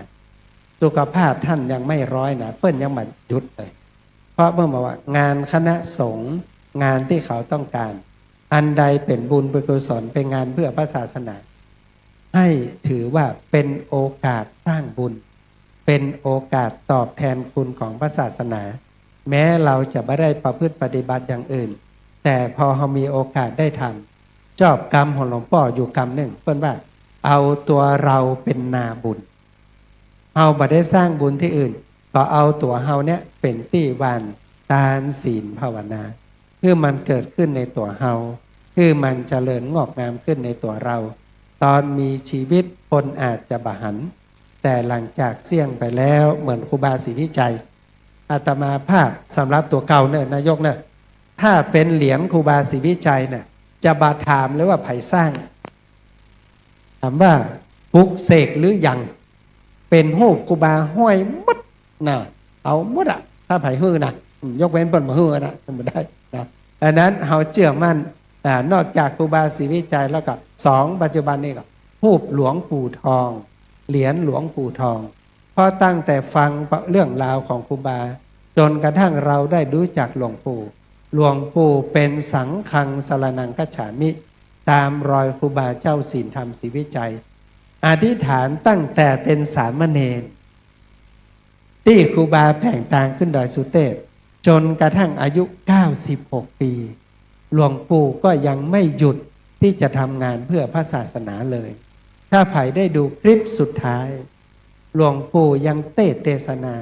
หลังจากเทศครั้งนั้นแล้วก็เป็นเทศนาบทสุดท้ายที่หลวงปู่ได้ทำเพื่อพระศาสนาจนกระทั่งมรณภาพดังนั้นญาติโยมท่านสาธุชนทั้งหลายบุญที่หมู่เฮาได้ร่วมกันกระทำบำเพ็ญตามรอยที่ครูบาเจ้าได้กระทำปั้มเพ็งไว้ให้กับเฮาด้วยการฮื้อตาลสมาทานรักษาศีลเจริญเมตตาภาวนาในโครงการธรรมสัญจร ซึ่งในปีนี้ทางคณะสงฆ์ได้รับการอุปถัมภ์สนับสนุนจากเทศบาลเมืองสุเทพโดยท่านนายกพร้อมกับคณะผู้บริหารได้จัดงบประมาณสนับสนุนกิจกรรมซึ่งทางคณะสงฆ์เฮาก็ได้มีปณิธานร่วมกันว่าทุกครั้งที่เราจัดกิจกรรมนี้เราจะเอากันเต้ทั้งหมดทั้งปวงนี้ปันเป็น3 ส่วนหนึ่งเอาบำรุงวัดวาอารามที่เป็นสถานที่จัดเพราะอะไรเพราะว่าตีเล็กบ้านไหนเปลืองไฟบ้านหั่นดังนั้นส่วนที่1เอาบำรุงวัดที่จัดกิจกรรมส่วนที่2เอาสนับสนุนงานเผยแผ่ของอปต.การหน่วยอบรมประชาชนประจำตำบลสุเทพส่วนที่3เข้ากองทุนคณะสงฆ์ตำบลสุเทพเพื่อเอาไว้ใช้ในกิจการงานของคณะสงฆ์สืบต่อไปอันนี้เท่ากับว่าญาติโยมมาวันนี้ได้บุญ4 ต่อที่1ถวายกันเทศที่เทศนาส่วนที่2ทานให้กับหน่วยอบรมประชาชนประจำตำบลส่วนที่3ตานไว้กับวัดใหม่ห้วยทรายส่วนที่4ตานไว้กับกองบุญคณะสงฆ์ตำบลสุเทพ300ที่ครูบาอาจารย์ได้ให้ไว้อาตมาภาพได้แสดงพระธรรมเทศนามาก็ขออาราธนาเอาบุญทานศีลภาวนาบารมีของครูบาเจ้าศีลธรรมศรีวิจัยมาพิบาลปกผมรักษาครูบาอาจารย์ตลอดถึงญาติโยมท่านสาธุชนทุกท่านเพื่อได้มีความสุขกายสุขใจปราศจากทุกข์โศกโรคภัยไข้เจ็บมีความเจริญก้าวหน้าในอาชีพหน้าที่การงานอธิษฐานสิ่งใดก็ขอได้สำเร็จสมปรารถนาเหมือนกันทุกรูปทุกคนแสดงพระธรรมเทศนามาก็พอสมควรแก่เวลาเอวังก็มีด้วยปะการชะนี้ สาธุสาธุสาธุพระธรรมเทศนาที่แสดงจบลงนี้นะครับแสดงโดยท่านพระอาจารย์ดร.พระครูธีระสุตพจน์ผู้ช่วยที่การบดีมหาวิทยาลัยมหาจุฬาลงกรณราชวิทยาลัยวิทยาเขตจังหวัดเชียงใหม่ท่านเจ้าคณะตำบลสุเทพอธิการบดีสงฆ์เจ้าวาดวัดผาลาดนะครับลำดับต่อไปครับจะเป็นการถวายจตุปัจจัยเทียธรรมนะครับลำดับแรกครับจะเป็นการถวายกันพระพุทธครับในนามของคณะสงฆ์และคณะศรัทธาขอเรียนเชิญท่านกำนันตำบลสุเทพ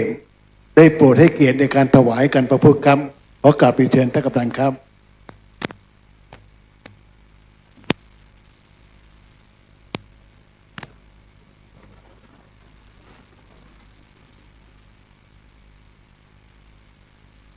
ลำดับต่อไปครับขอกราบเรียนเชิญท่านนายกเทศมนตรีเทศบาลตำบลสุเทพคือท่านตรวยเทพตาคำมาถวายจตุปัจจัยเทียธรรมกันเทศครับขอกราบเรียนเชิญท่านนายกครับ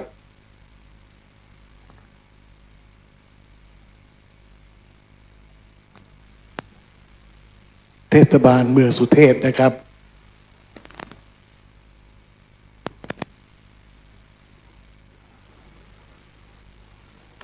ครับขอกราบขอบพระคุณท่านยกเทศมนตรีเทศบาลเมืองสุเทพครับเดี๋ยวท่านนายกและทุกท่านได้ตั้งใจหยาดน้ำวันนี้พระเดชพระคุณเจ้า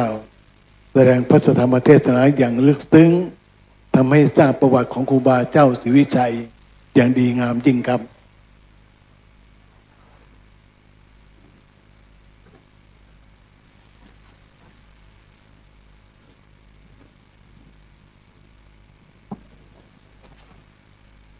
เชิญทุกท่านตั้งใจครับก่อนเด้อยะถาวาลิวะหาปุราปาริปุเรนติสากลังเอวะเมวะอิโตตินังเปตานังอุปกัปปติอิชิตังปฏิตังตุมหังคิปะเมวะสมิจจันตุสัพเพปุเรนตุสังกปาจันโตปนะละโสยะถามณีโจติละโสยถาชัยยตุภวังใจยมังคลัง จยะมหาสุขังภวันตุโวสปปีติโยวิวัจจันตุสัพพะโรโควินาสตุมาเตภวัตวันตรายโยสุขีติขายุโกภวะอภิวาตานะสีลิสานิจังวุฒาปจายิโนจัตตารโอธรรมาวัฏันติอายุวันโนสุขังปะลัง สาธุสาธุสาธุลำดับต่อไปนะครับ จะเป็นการถวายจตุปัจจัยเทียธรรมนะครับซึ่งพระเดชพระคุณเจ้า ได้แจ้งว่าปัจจัยที่ศรัทธามาร่วมหอมในวันนี้ จะแบ่งเป็น3-4 ส่วนนะครับส่วนหนึ่งถวายกันเทศอีก2 ส่วนจะถวายเป็นกองทุนคณะสงฆ์ลำดับแรกครับจะเป็นการถวายจตุปัจจัยกองทุนคณะสงฆ์ตำบลสุเทพขอกราบเรียนเชิญนะครับท่านไพลินเขื่อนทารองนายกเทศมนตรีเมืองสุเทพได้ถวายกองทุนนะครับคณะสงฆ์ตำบลสุเทพแก่พระเดชพระคุณเจ้าพระครูโคสิทธิ์ปริยัตยาภรณ์เจ้าวาดวัดป่าแดงหลวงมหาวิหารครับเจ้าคณะตำบลสุเทพครับขอเรียนเชิญท่านไพลินเขื่อนทารองนายกเทศมนตรีเมืองสุเทพครับ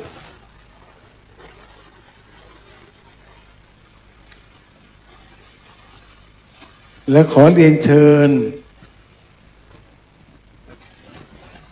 ท่านประธานสภาเมืองสุเทพนะครับ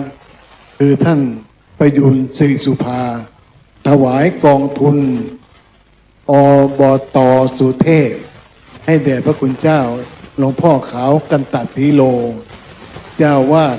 วัดปกน้อยครับครับขอเรียนเชิญท่านประธานสภาครับและขอกราบเรียนเชิญ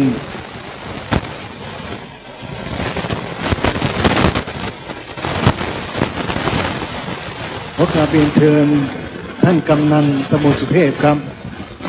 ถวายจตุปัจจัยเททานสนับสนุนวัดใหม่วิสายถวายแด่หลวงพ่อพระอธิการบุญเพ็งปิยะธรรมโมเจ้าวาดวัดใหม่วิสายครับขอกราบเรียนเชิญพ่อกำนันครับ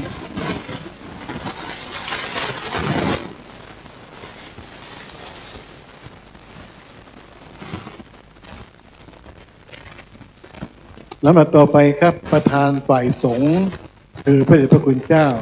พระภาวนาธรรมาภิรัตน์อธิการบดีสงฆ์เจ้าวาดวัดลำเปิงเจ้าคณะอำเภอเมืองเชียงใหม่ได้โปรดกล่าวสมโภชนียกถานะครับในการกุศลในวันนี้และขอเรียนเชิญศรัทธาทุกท่านได้ร่วมโครงการธรรมสัญจรครั้งต่อไปครับขอกราบพระธนานิมนต์พระเดชพระคุณเจ้าพระภาวนาธรรมาภิรัตน์เจ้าวาดวัดลำเปิงครับครูบาอาจารย์และก็ญาติโยมก่อนที่หลวงพ่อจะได้กล่าวสมโภชนียกถานั้นหลวงพ่อพระครูโคสิทธิ์ปริยัตยาภรณ์ในนามของวัดป่าแดงในนามของเจ้าคณะตำบลสุเทพเขต 1จะได้น้อมถวายปัจจัยร่วมสร้างพุทธมณฑลกับคณะสงฆ์อำเภอเมืองจำนวน 10,000 บาทครับขอกับพระญาติโยมสาธุขึ้นพร้อมกันเนอสาธุสาธุสาธุ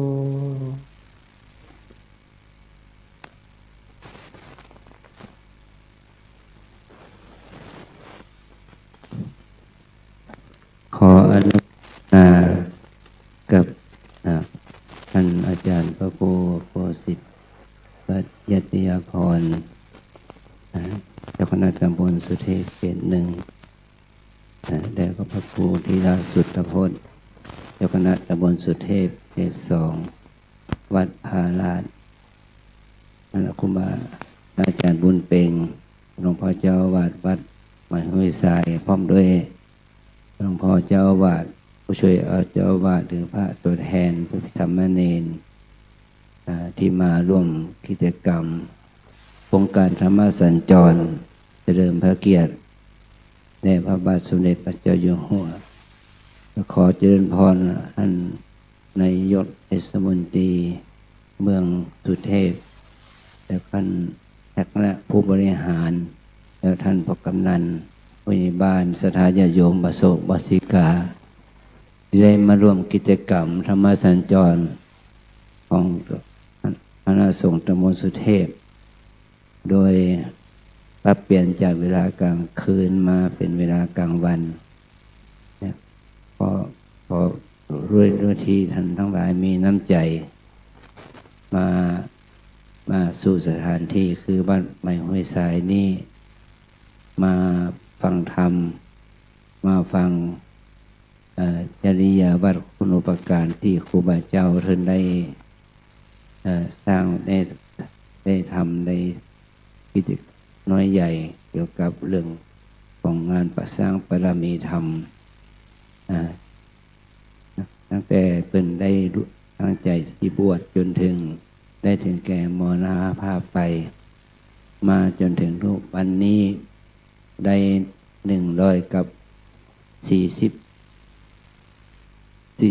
147 ปีนะ47 ปีแล้ว เราจะทางคณะสงฆ์จังหวัดลำพูนจังหวัดเชียงใหม่ก็ลงไปในดมติว่าจะเสนอผลงานของท่านครูบาเจ้านี่ไปถึงโครงการยูเนสโกว่าจะได้รับรางวัลโครงการยูเนสโกเนี่ยเป็นบุคคลสำคัญเป็นบุคคลสำคัญในประเทศไทยเขานี่มีที่บุคคลนี้ได้รับรางวัลก็มีพระเดชพระคุณท่านเจ้าพระคุณสมเด็จพระพุทธโฆษาจารย์ที่ยังมีชีวิตอยู่ที่วัดประยุทธ์โตแล้วก็มิตรหลวงพ่อพุทธทาสที่ได้ละสังขารไปแล้วแล้วมีหลวงปู่มั่นพุทธโตแล้วก็มีสมเด็จพระมหาสมณเจ้ากรมพระปรมานุชิโนรสเจ้าอาวาสวัดพระเชตุพนนะเป็นบุคคลสำคัญที่ได้รับรางวัลยูเนสโกนี่เราถือว่าเราทำกิจกรรมนี้เพื่อแสดงถึงความกตัญญูกตเวทีพูดถึงคุณของครูบาเจ้านั้นเราได้เอาโครงการนี้มาขับเคลื่อนโดยเพราะว่าพวกเขานั้นอยู่ในสมบูรณ์จุเทพเนี่ยเป็นสถานที่ที่ครูบา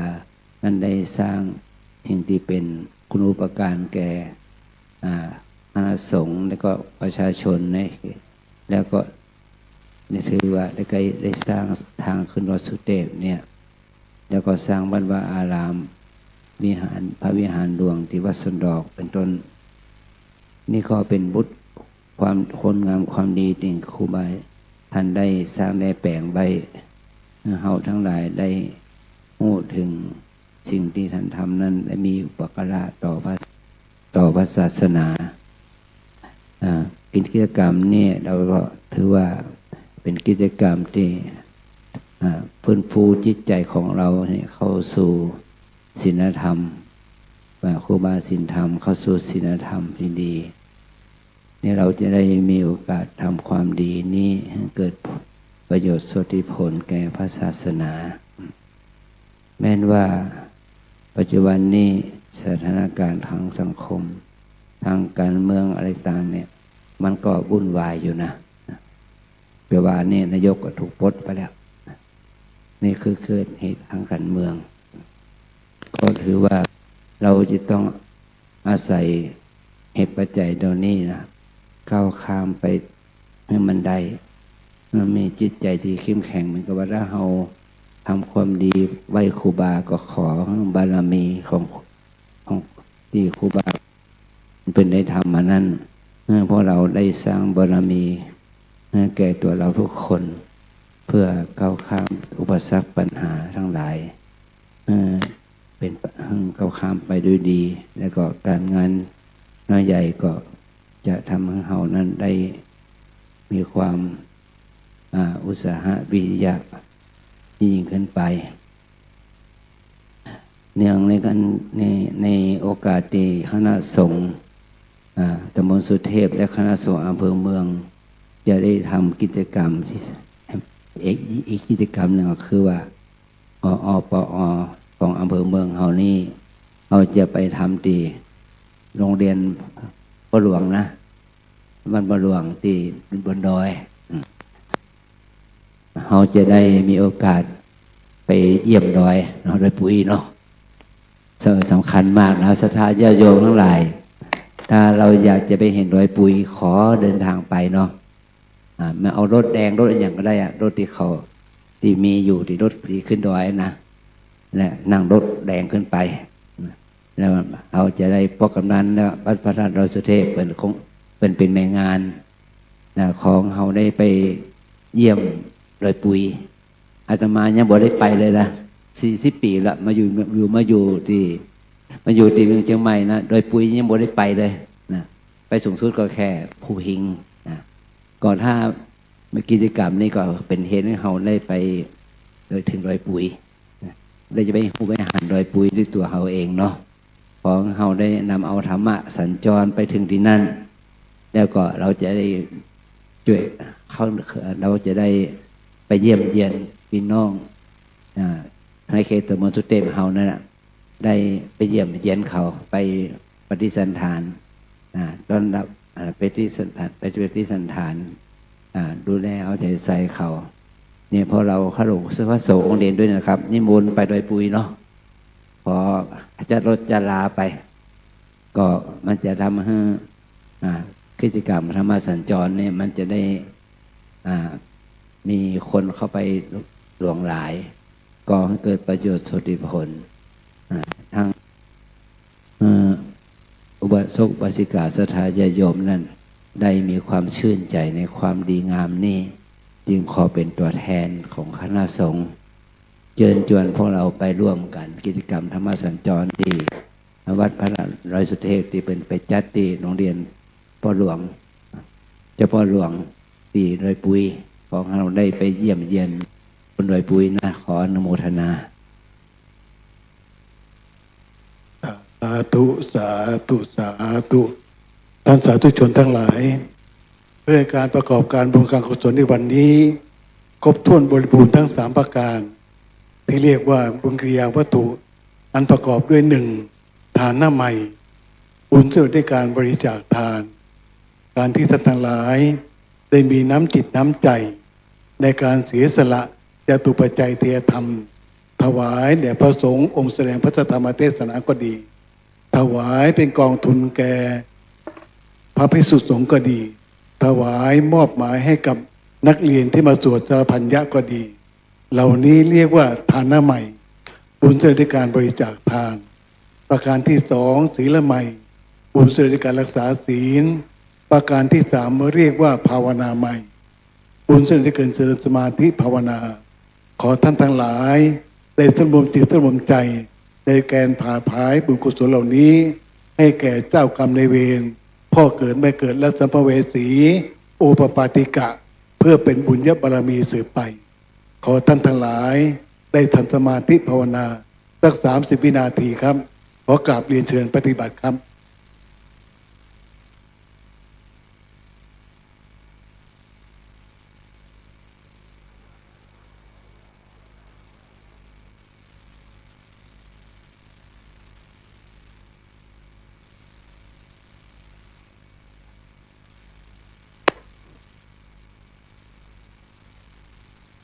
ครับก็ขอกราบขอบพระคุณครับต่อไปก็เป็นการสวดเมตตาด้วยกันนะครับอิตังฐานะกัมมังนิพพานาปัจจัยโหนตุโนนิจังอิตังสีลังมังนิพพานาปัจจัยโยโหนตุนิจังอิตังภาวนากัมมังนิมนาปัจจัยโยโหนตุนิจังยังกินจิกุสรังกตัมกัมมังสัพเพหิกะเตหิกันปุญญังโนอนุโมทันสุนันตุโพนโตเยเตวาอาสัม ทาเนอาทิกาตาทิกายุตถาโหนตุสัพพะสัตตานังตุอัตตานังปาริหารันตุมาตาปินทุกขีตาโหนตุทุกขปัมจันตุตาเพยาตากาสุขินโหนตุทุกขปามุญจันตาเพอายาตากาสุขินโหนตุทุกขปามุญจันตาเพปิสาตาเพยัคขาสัมเปตาสุขีตาโหนตุทุกขปัมจันตุตาเพนักขตาสุขินโหนตุทุกขปามุญจันตาเพเตวาสุขีตาโหนทุกขปะมุญจันตุตาเพอาจารยุปัจจายาสุขิตโหนตุทุกขปัมจันตุตาภาสัมปตินสามีจันตุโววันทามีพุทธังสัพเมโตสังฆามาธัมพันเตวันทามิธรรมังสัพพะโตสังฆามาธัมเมพันวันทามิสังฆังสัพพะโตสังฆามาธัมเมพันวันทามิอาลามปัตตติมายังสัพพะเมโตนธามาธัมเมพันเตวันมีกรรมัฏฐานังสัพพะเมโตนธามาธัมเมพันวันทามิเจติยังสัพพังสัพพังเนสุปฏิทิตาสริลันตุมหาโพธิงพุทธังปังสการังสถานาคโรงเทวโรเกพรหมโรงชมโพธิเพลังกาทีมสลีลาธาตุโยเกสธาตุอราหันตธาตุโยเจติยังกันตังติงจาตุราสีติสหันธรรมขันเทสัมสังปะทะเจติยังอหังวันมีสัพพะโตวันทามีพันเตตาปังอัมลาทังคามาธัมพันเตมยากาตังปุญญังสาปิดาอนุโมทิตัมสามินากาตังปุญญังไมทาตพังสาธุสาธุอนุโมทามิยัตตาโรธรรมาวัฏันติอายุวันโนสุขังภะลัง สาธุสาธุสาธุกายเยนวาจายวเจตสาวาพุทเถกุกรรมังปะกตังมยายังพุทโธปฏิคณาตุอาจยันตังการันตะเลสังวริตุงปะพุทเถกายเยนวาจายวเจตสาวาธรรมเมกุกรรมังปะกตังมยายังธัมโมปฏิคณาตุอาจยันตังการันตะเรสังวริตุงวธรรมเมกายเยนวาจายวเจตสาวาสังเขกุกรรมังปะกตังมยายังสังโฆปฏิคณาตุอาจยันตังการันตะเรสังวริตุงวสังเข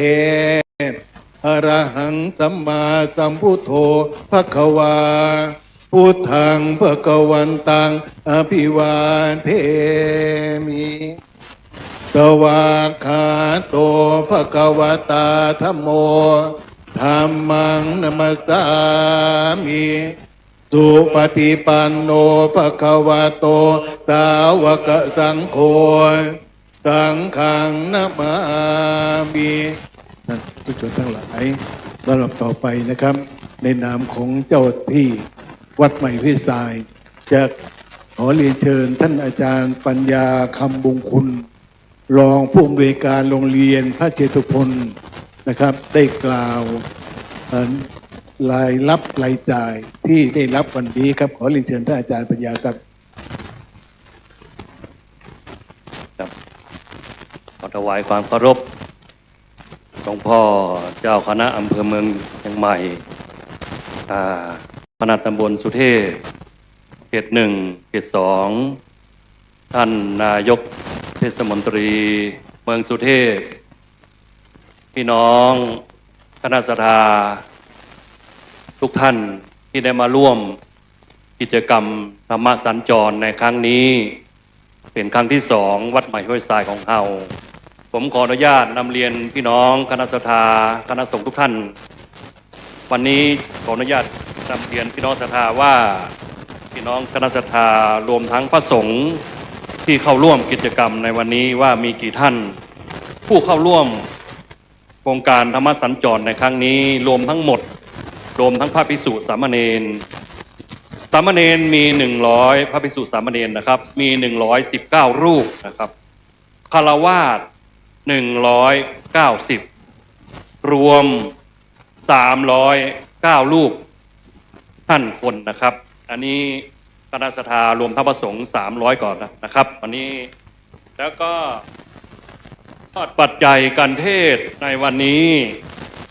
รวมทั้งสิ้นนะครับ22,816 บาท22,816 บาทสนับสนุนคณะกองทุนคณะสงฆ์ตำบลสุเทพ 6,845 บาทสนับสนุนหน่วยอบรมประชาชนตำบลสุเทพ 6,845 บาทสนับสนุนวัดใหม่ห้วยทรายหรือสถานที่แห่งนี้ 9,126 บาทนะครับอันนี้คือญาติแจ้งพี่น้องศรัทธาคณะสาธุชนทุกท่านได้รับทราบรับรู้ร่วมกันในครั้งนี้และขอแจ้งประชาสัมพันธ์อีกครั้งหนึ่งเมื่อกี้ท่านอาจารย์ได้ถามว่าวัดครั้งต่อไปว่าวันที่เท่าไหร่ก็คือว่าได้บอกพี่น้องศรัทธาประชาสัมพันธ์ว่ารอบหน้าเป็นรอบที่3น่าจะเป็นปิดโครงการเนาะวันที่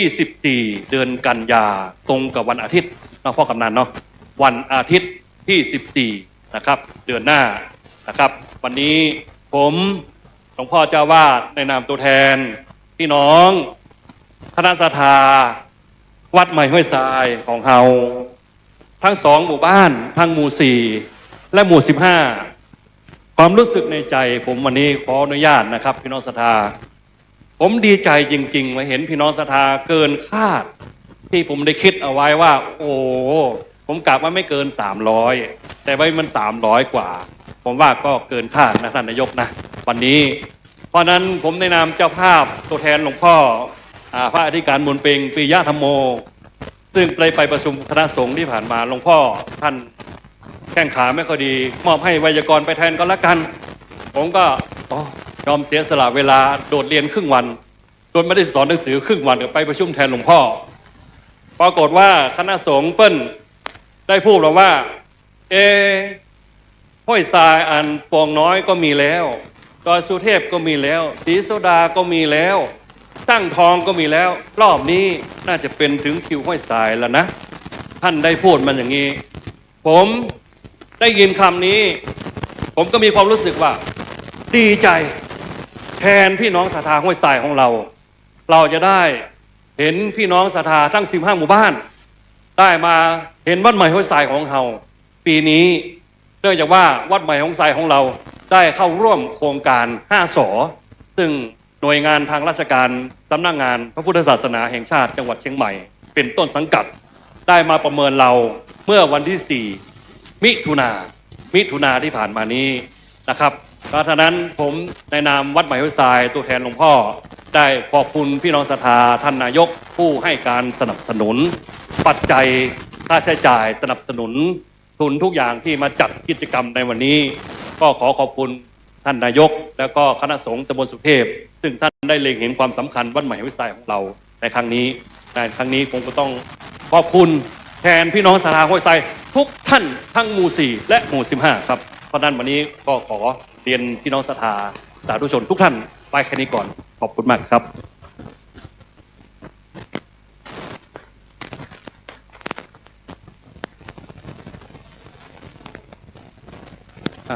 เสร็จแล้วครับไม่เป็นไรพี่น้องศรัทธาครับตอนนี้ก่อนกลับเนาะพี่น้องศรัทธาทาง น้ำใจพี่น้องศรัทธาของเรา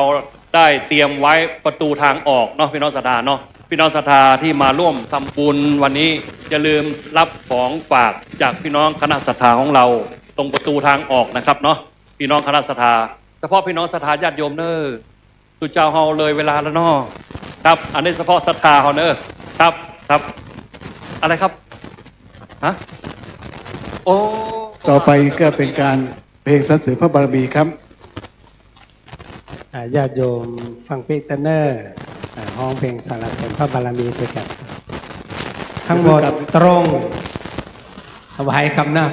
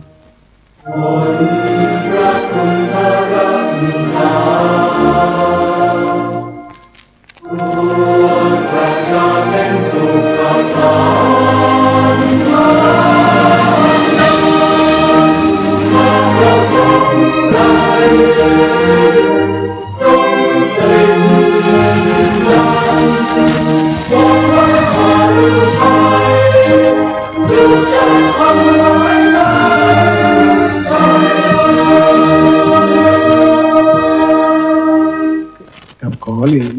รัตนานิมนต์พระคุณเจ้าทุกรูปครับนำโดยพระเดชพระคุณเจ้าพระภาวนาธรรมาภิรัตน์และพระสงฆ์ทุกองค์ และก็ท่านนายกด้วยครับถ่ายภาพครับเดี๋ยวจะออกรายการเฟซบุ๊ก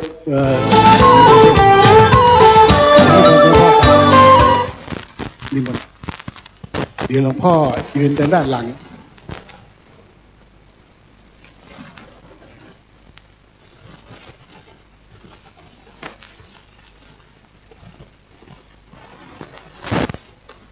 ท่านนายกด้วยครับและท่านผู้บริหารด้วยครับขอเรียนเชิญครับเดี๋ยวนิมนต์พระเดชพระคุณเจ้านั่งแล้วก็นายกแล้วก็ท่านผู้บริหารและข้าราชการพนักงานนะครับร่วมถ่ายภาพ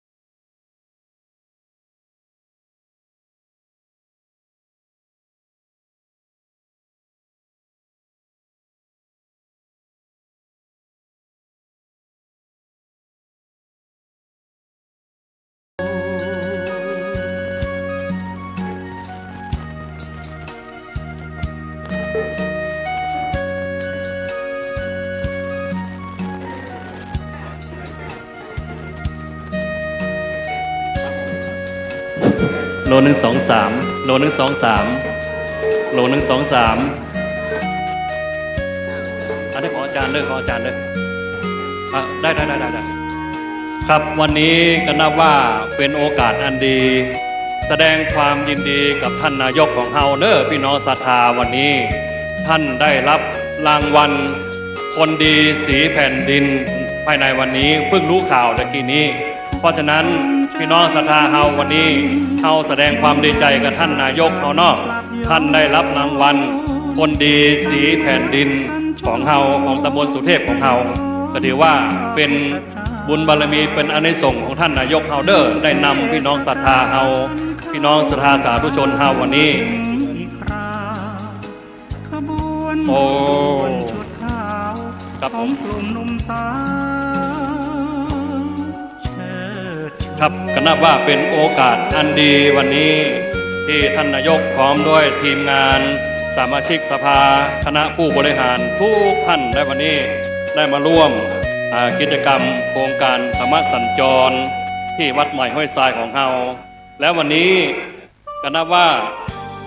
เป็นโอกาสอันดีที่พี่น้องคณะศรัทธาไม่ว่าจะเป็นบ้านเฮาก็ดีต่างบ้านก็ดีได้มาร่วมเป็นเจ้าภาพโรงทานในวันนี้นะครับโรงทานในวันนี้กลุ่มสวดมนต์วัดโป่งน้อยนะครับนำโดยแม่จรวยพรใหญ่บัวนะครับขนมถ้วย100 ชุดนะครับอันนี้ท่านได้มาร่วมนะครับแล้วก็มีโรงทานคุณยายนะครับคุณยายขนมโบราณของคุณยายนะครับมาร่วมนะครับกะหรี่ปั๊บรวมใจนะครับวันนี้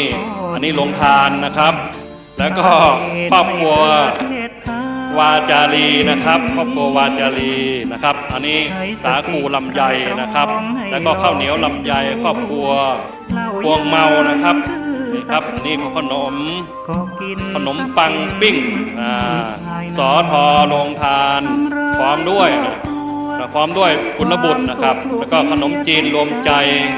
ทีมงานมดคันไฟนะครับกลุ่มสุเทพพัฒนานะครับกลุ่มสุเทพพัฒนาแล้วก็ก๋วยเตี๋ยวของคณะศรัทธาวัดใหม่ห้วยทรายของเฮาน้ำส้มแข็งเกล็ดหิมะนะครับอันนี้พร้อมด้วยสอทอทันวรัตน์พวงกว้างปัญจนะครับแล้วก็น้ำส้มน้ำสมุนไพรครอบครัวกว้างปัญจนะครับแล้วก็ข้าวต้มมัดของครูติ๋มนี่เป็นข้าวต้มมัดแล้วก็โรงทานคุณปานิสลานะครับปานิสลาสายชนนะครับอันนี้ขนมแขกกล้วยหอมนะครับเพราะฉะนั้นวันนี้อยากเห็นครอบครัวสดใสปลอดภัยในทุกทางเลิกเมาแล้วขับไม่ถูกจับปรับให้เสียสตางค์อย่าปล่อยตัวเข้าเกี่ยววางเสริมสร้างชีวิตครอบครัว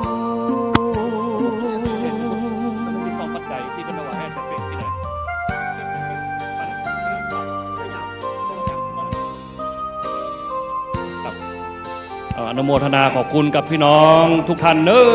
วันนี้ที่ได้มาร่วมเอาบุญเอากุศลด้วยกันวันนี้นับว่าเอาได้บุญแต่วันนี้เป็นอานิสงส์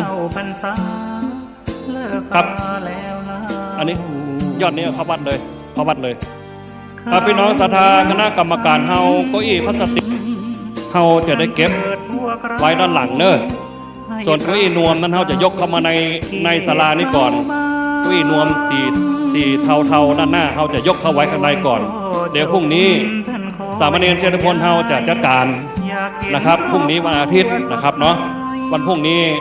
ได้รับอนุเคราะห์จากสามเณรวัดเชษฐพลของเราได้อนุเคราะห์อุปกรณ์ไม่ว่าจะเป็นโต๊ะเก้าอี้ชุดรับแขกวันนี้จากเชษฐพลตำบลวัดเกตอำเภอเมืองจังหวัดเชียงใหม่ของเราได้อนุเคราะห์อุปกรณ์นะครับเพราะฉะนั้นคณะกรรมการเรานะครับบางส่วนเอาไว้ที่เราบางส่วนก็เอาไว้นี่ก่อนนะครับครับวันนี้ก็น่าจะพอสมควรแก่เวลาได้ลุล่วงไปด้วยดีพี่น้องกลับบ้าน ขอให้เดินทางด้วยสวัสดิภาพนะครับขอบคุณมากครับผม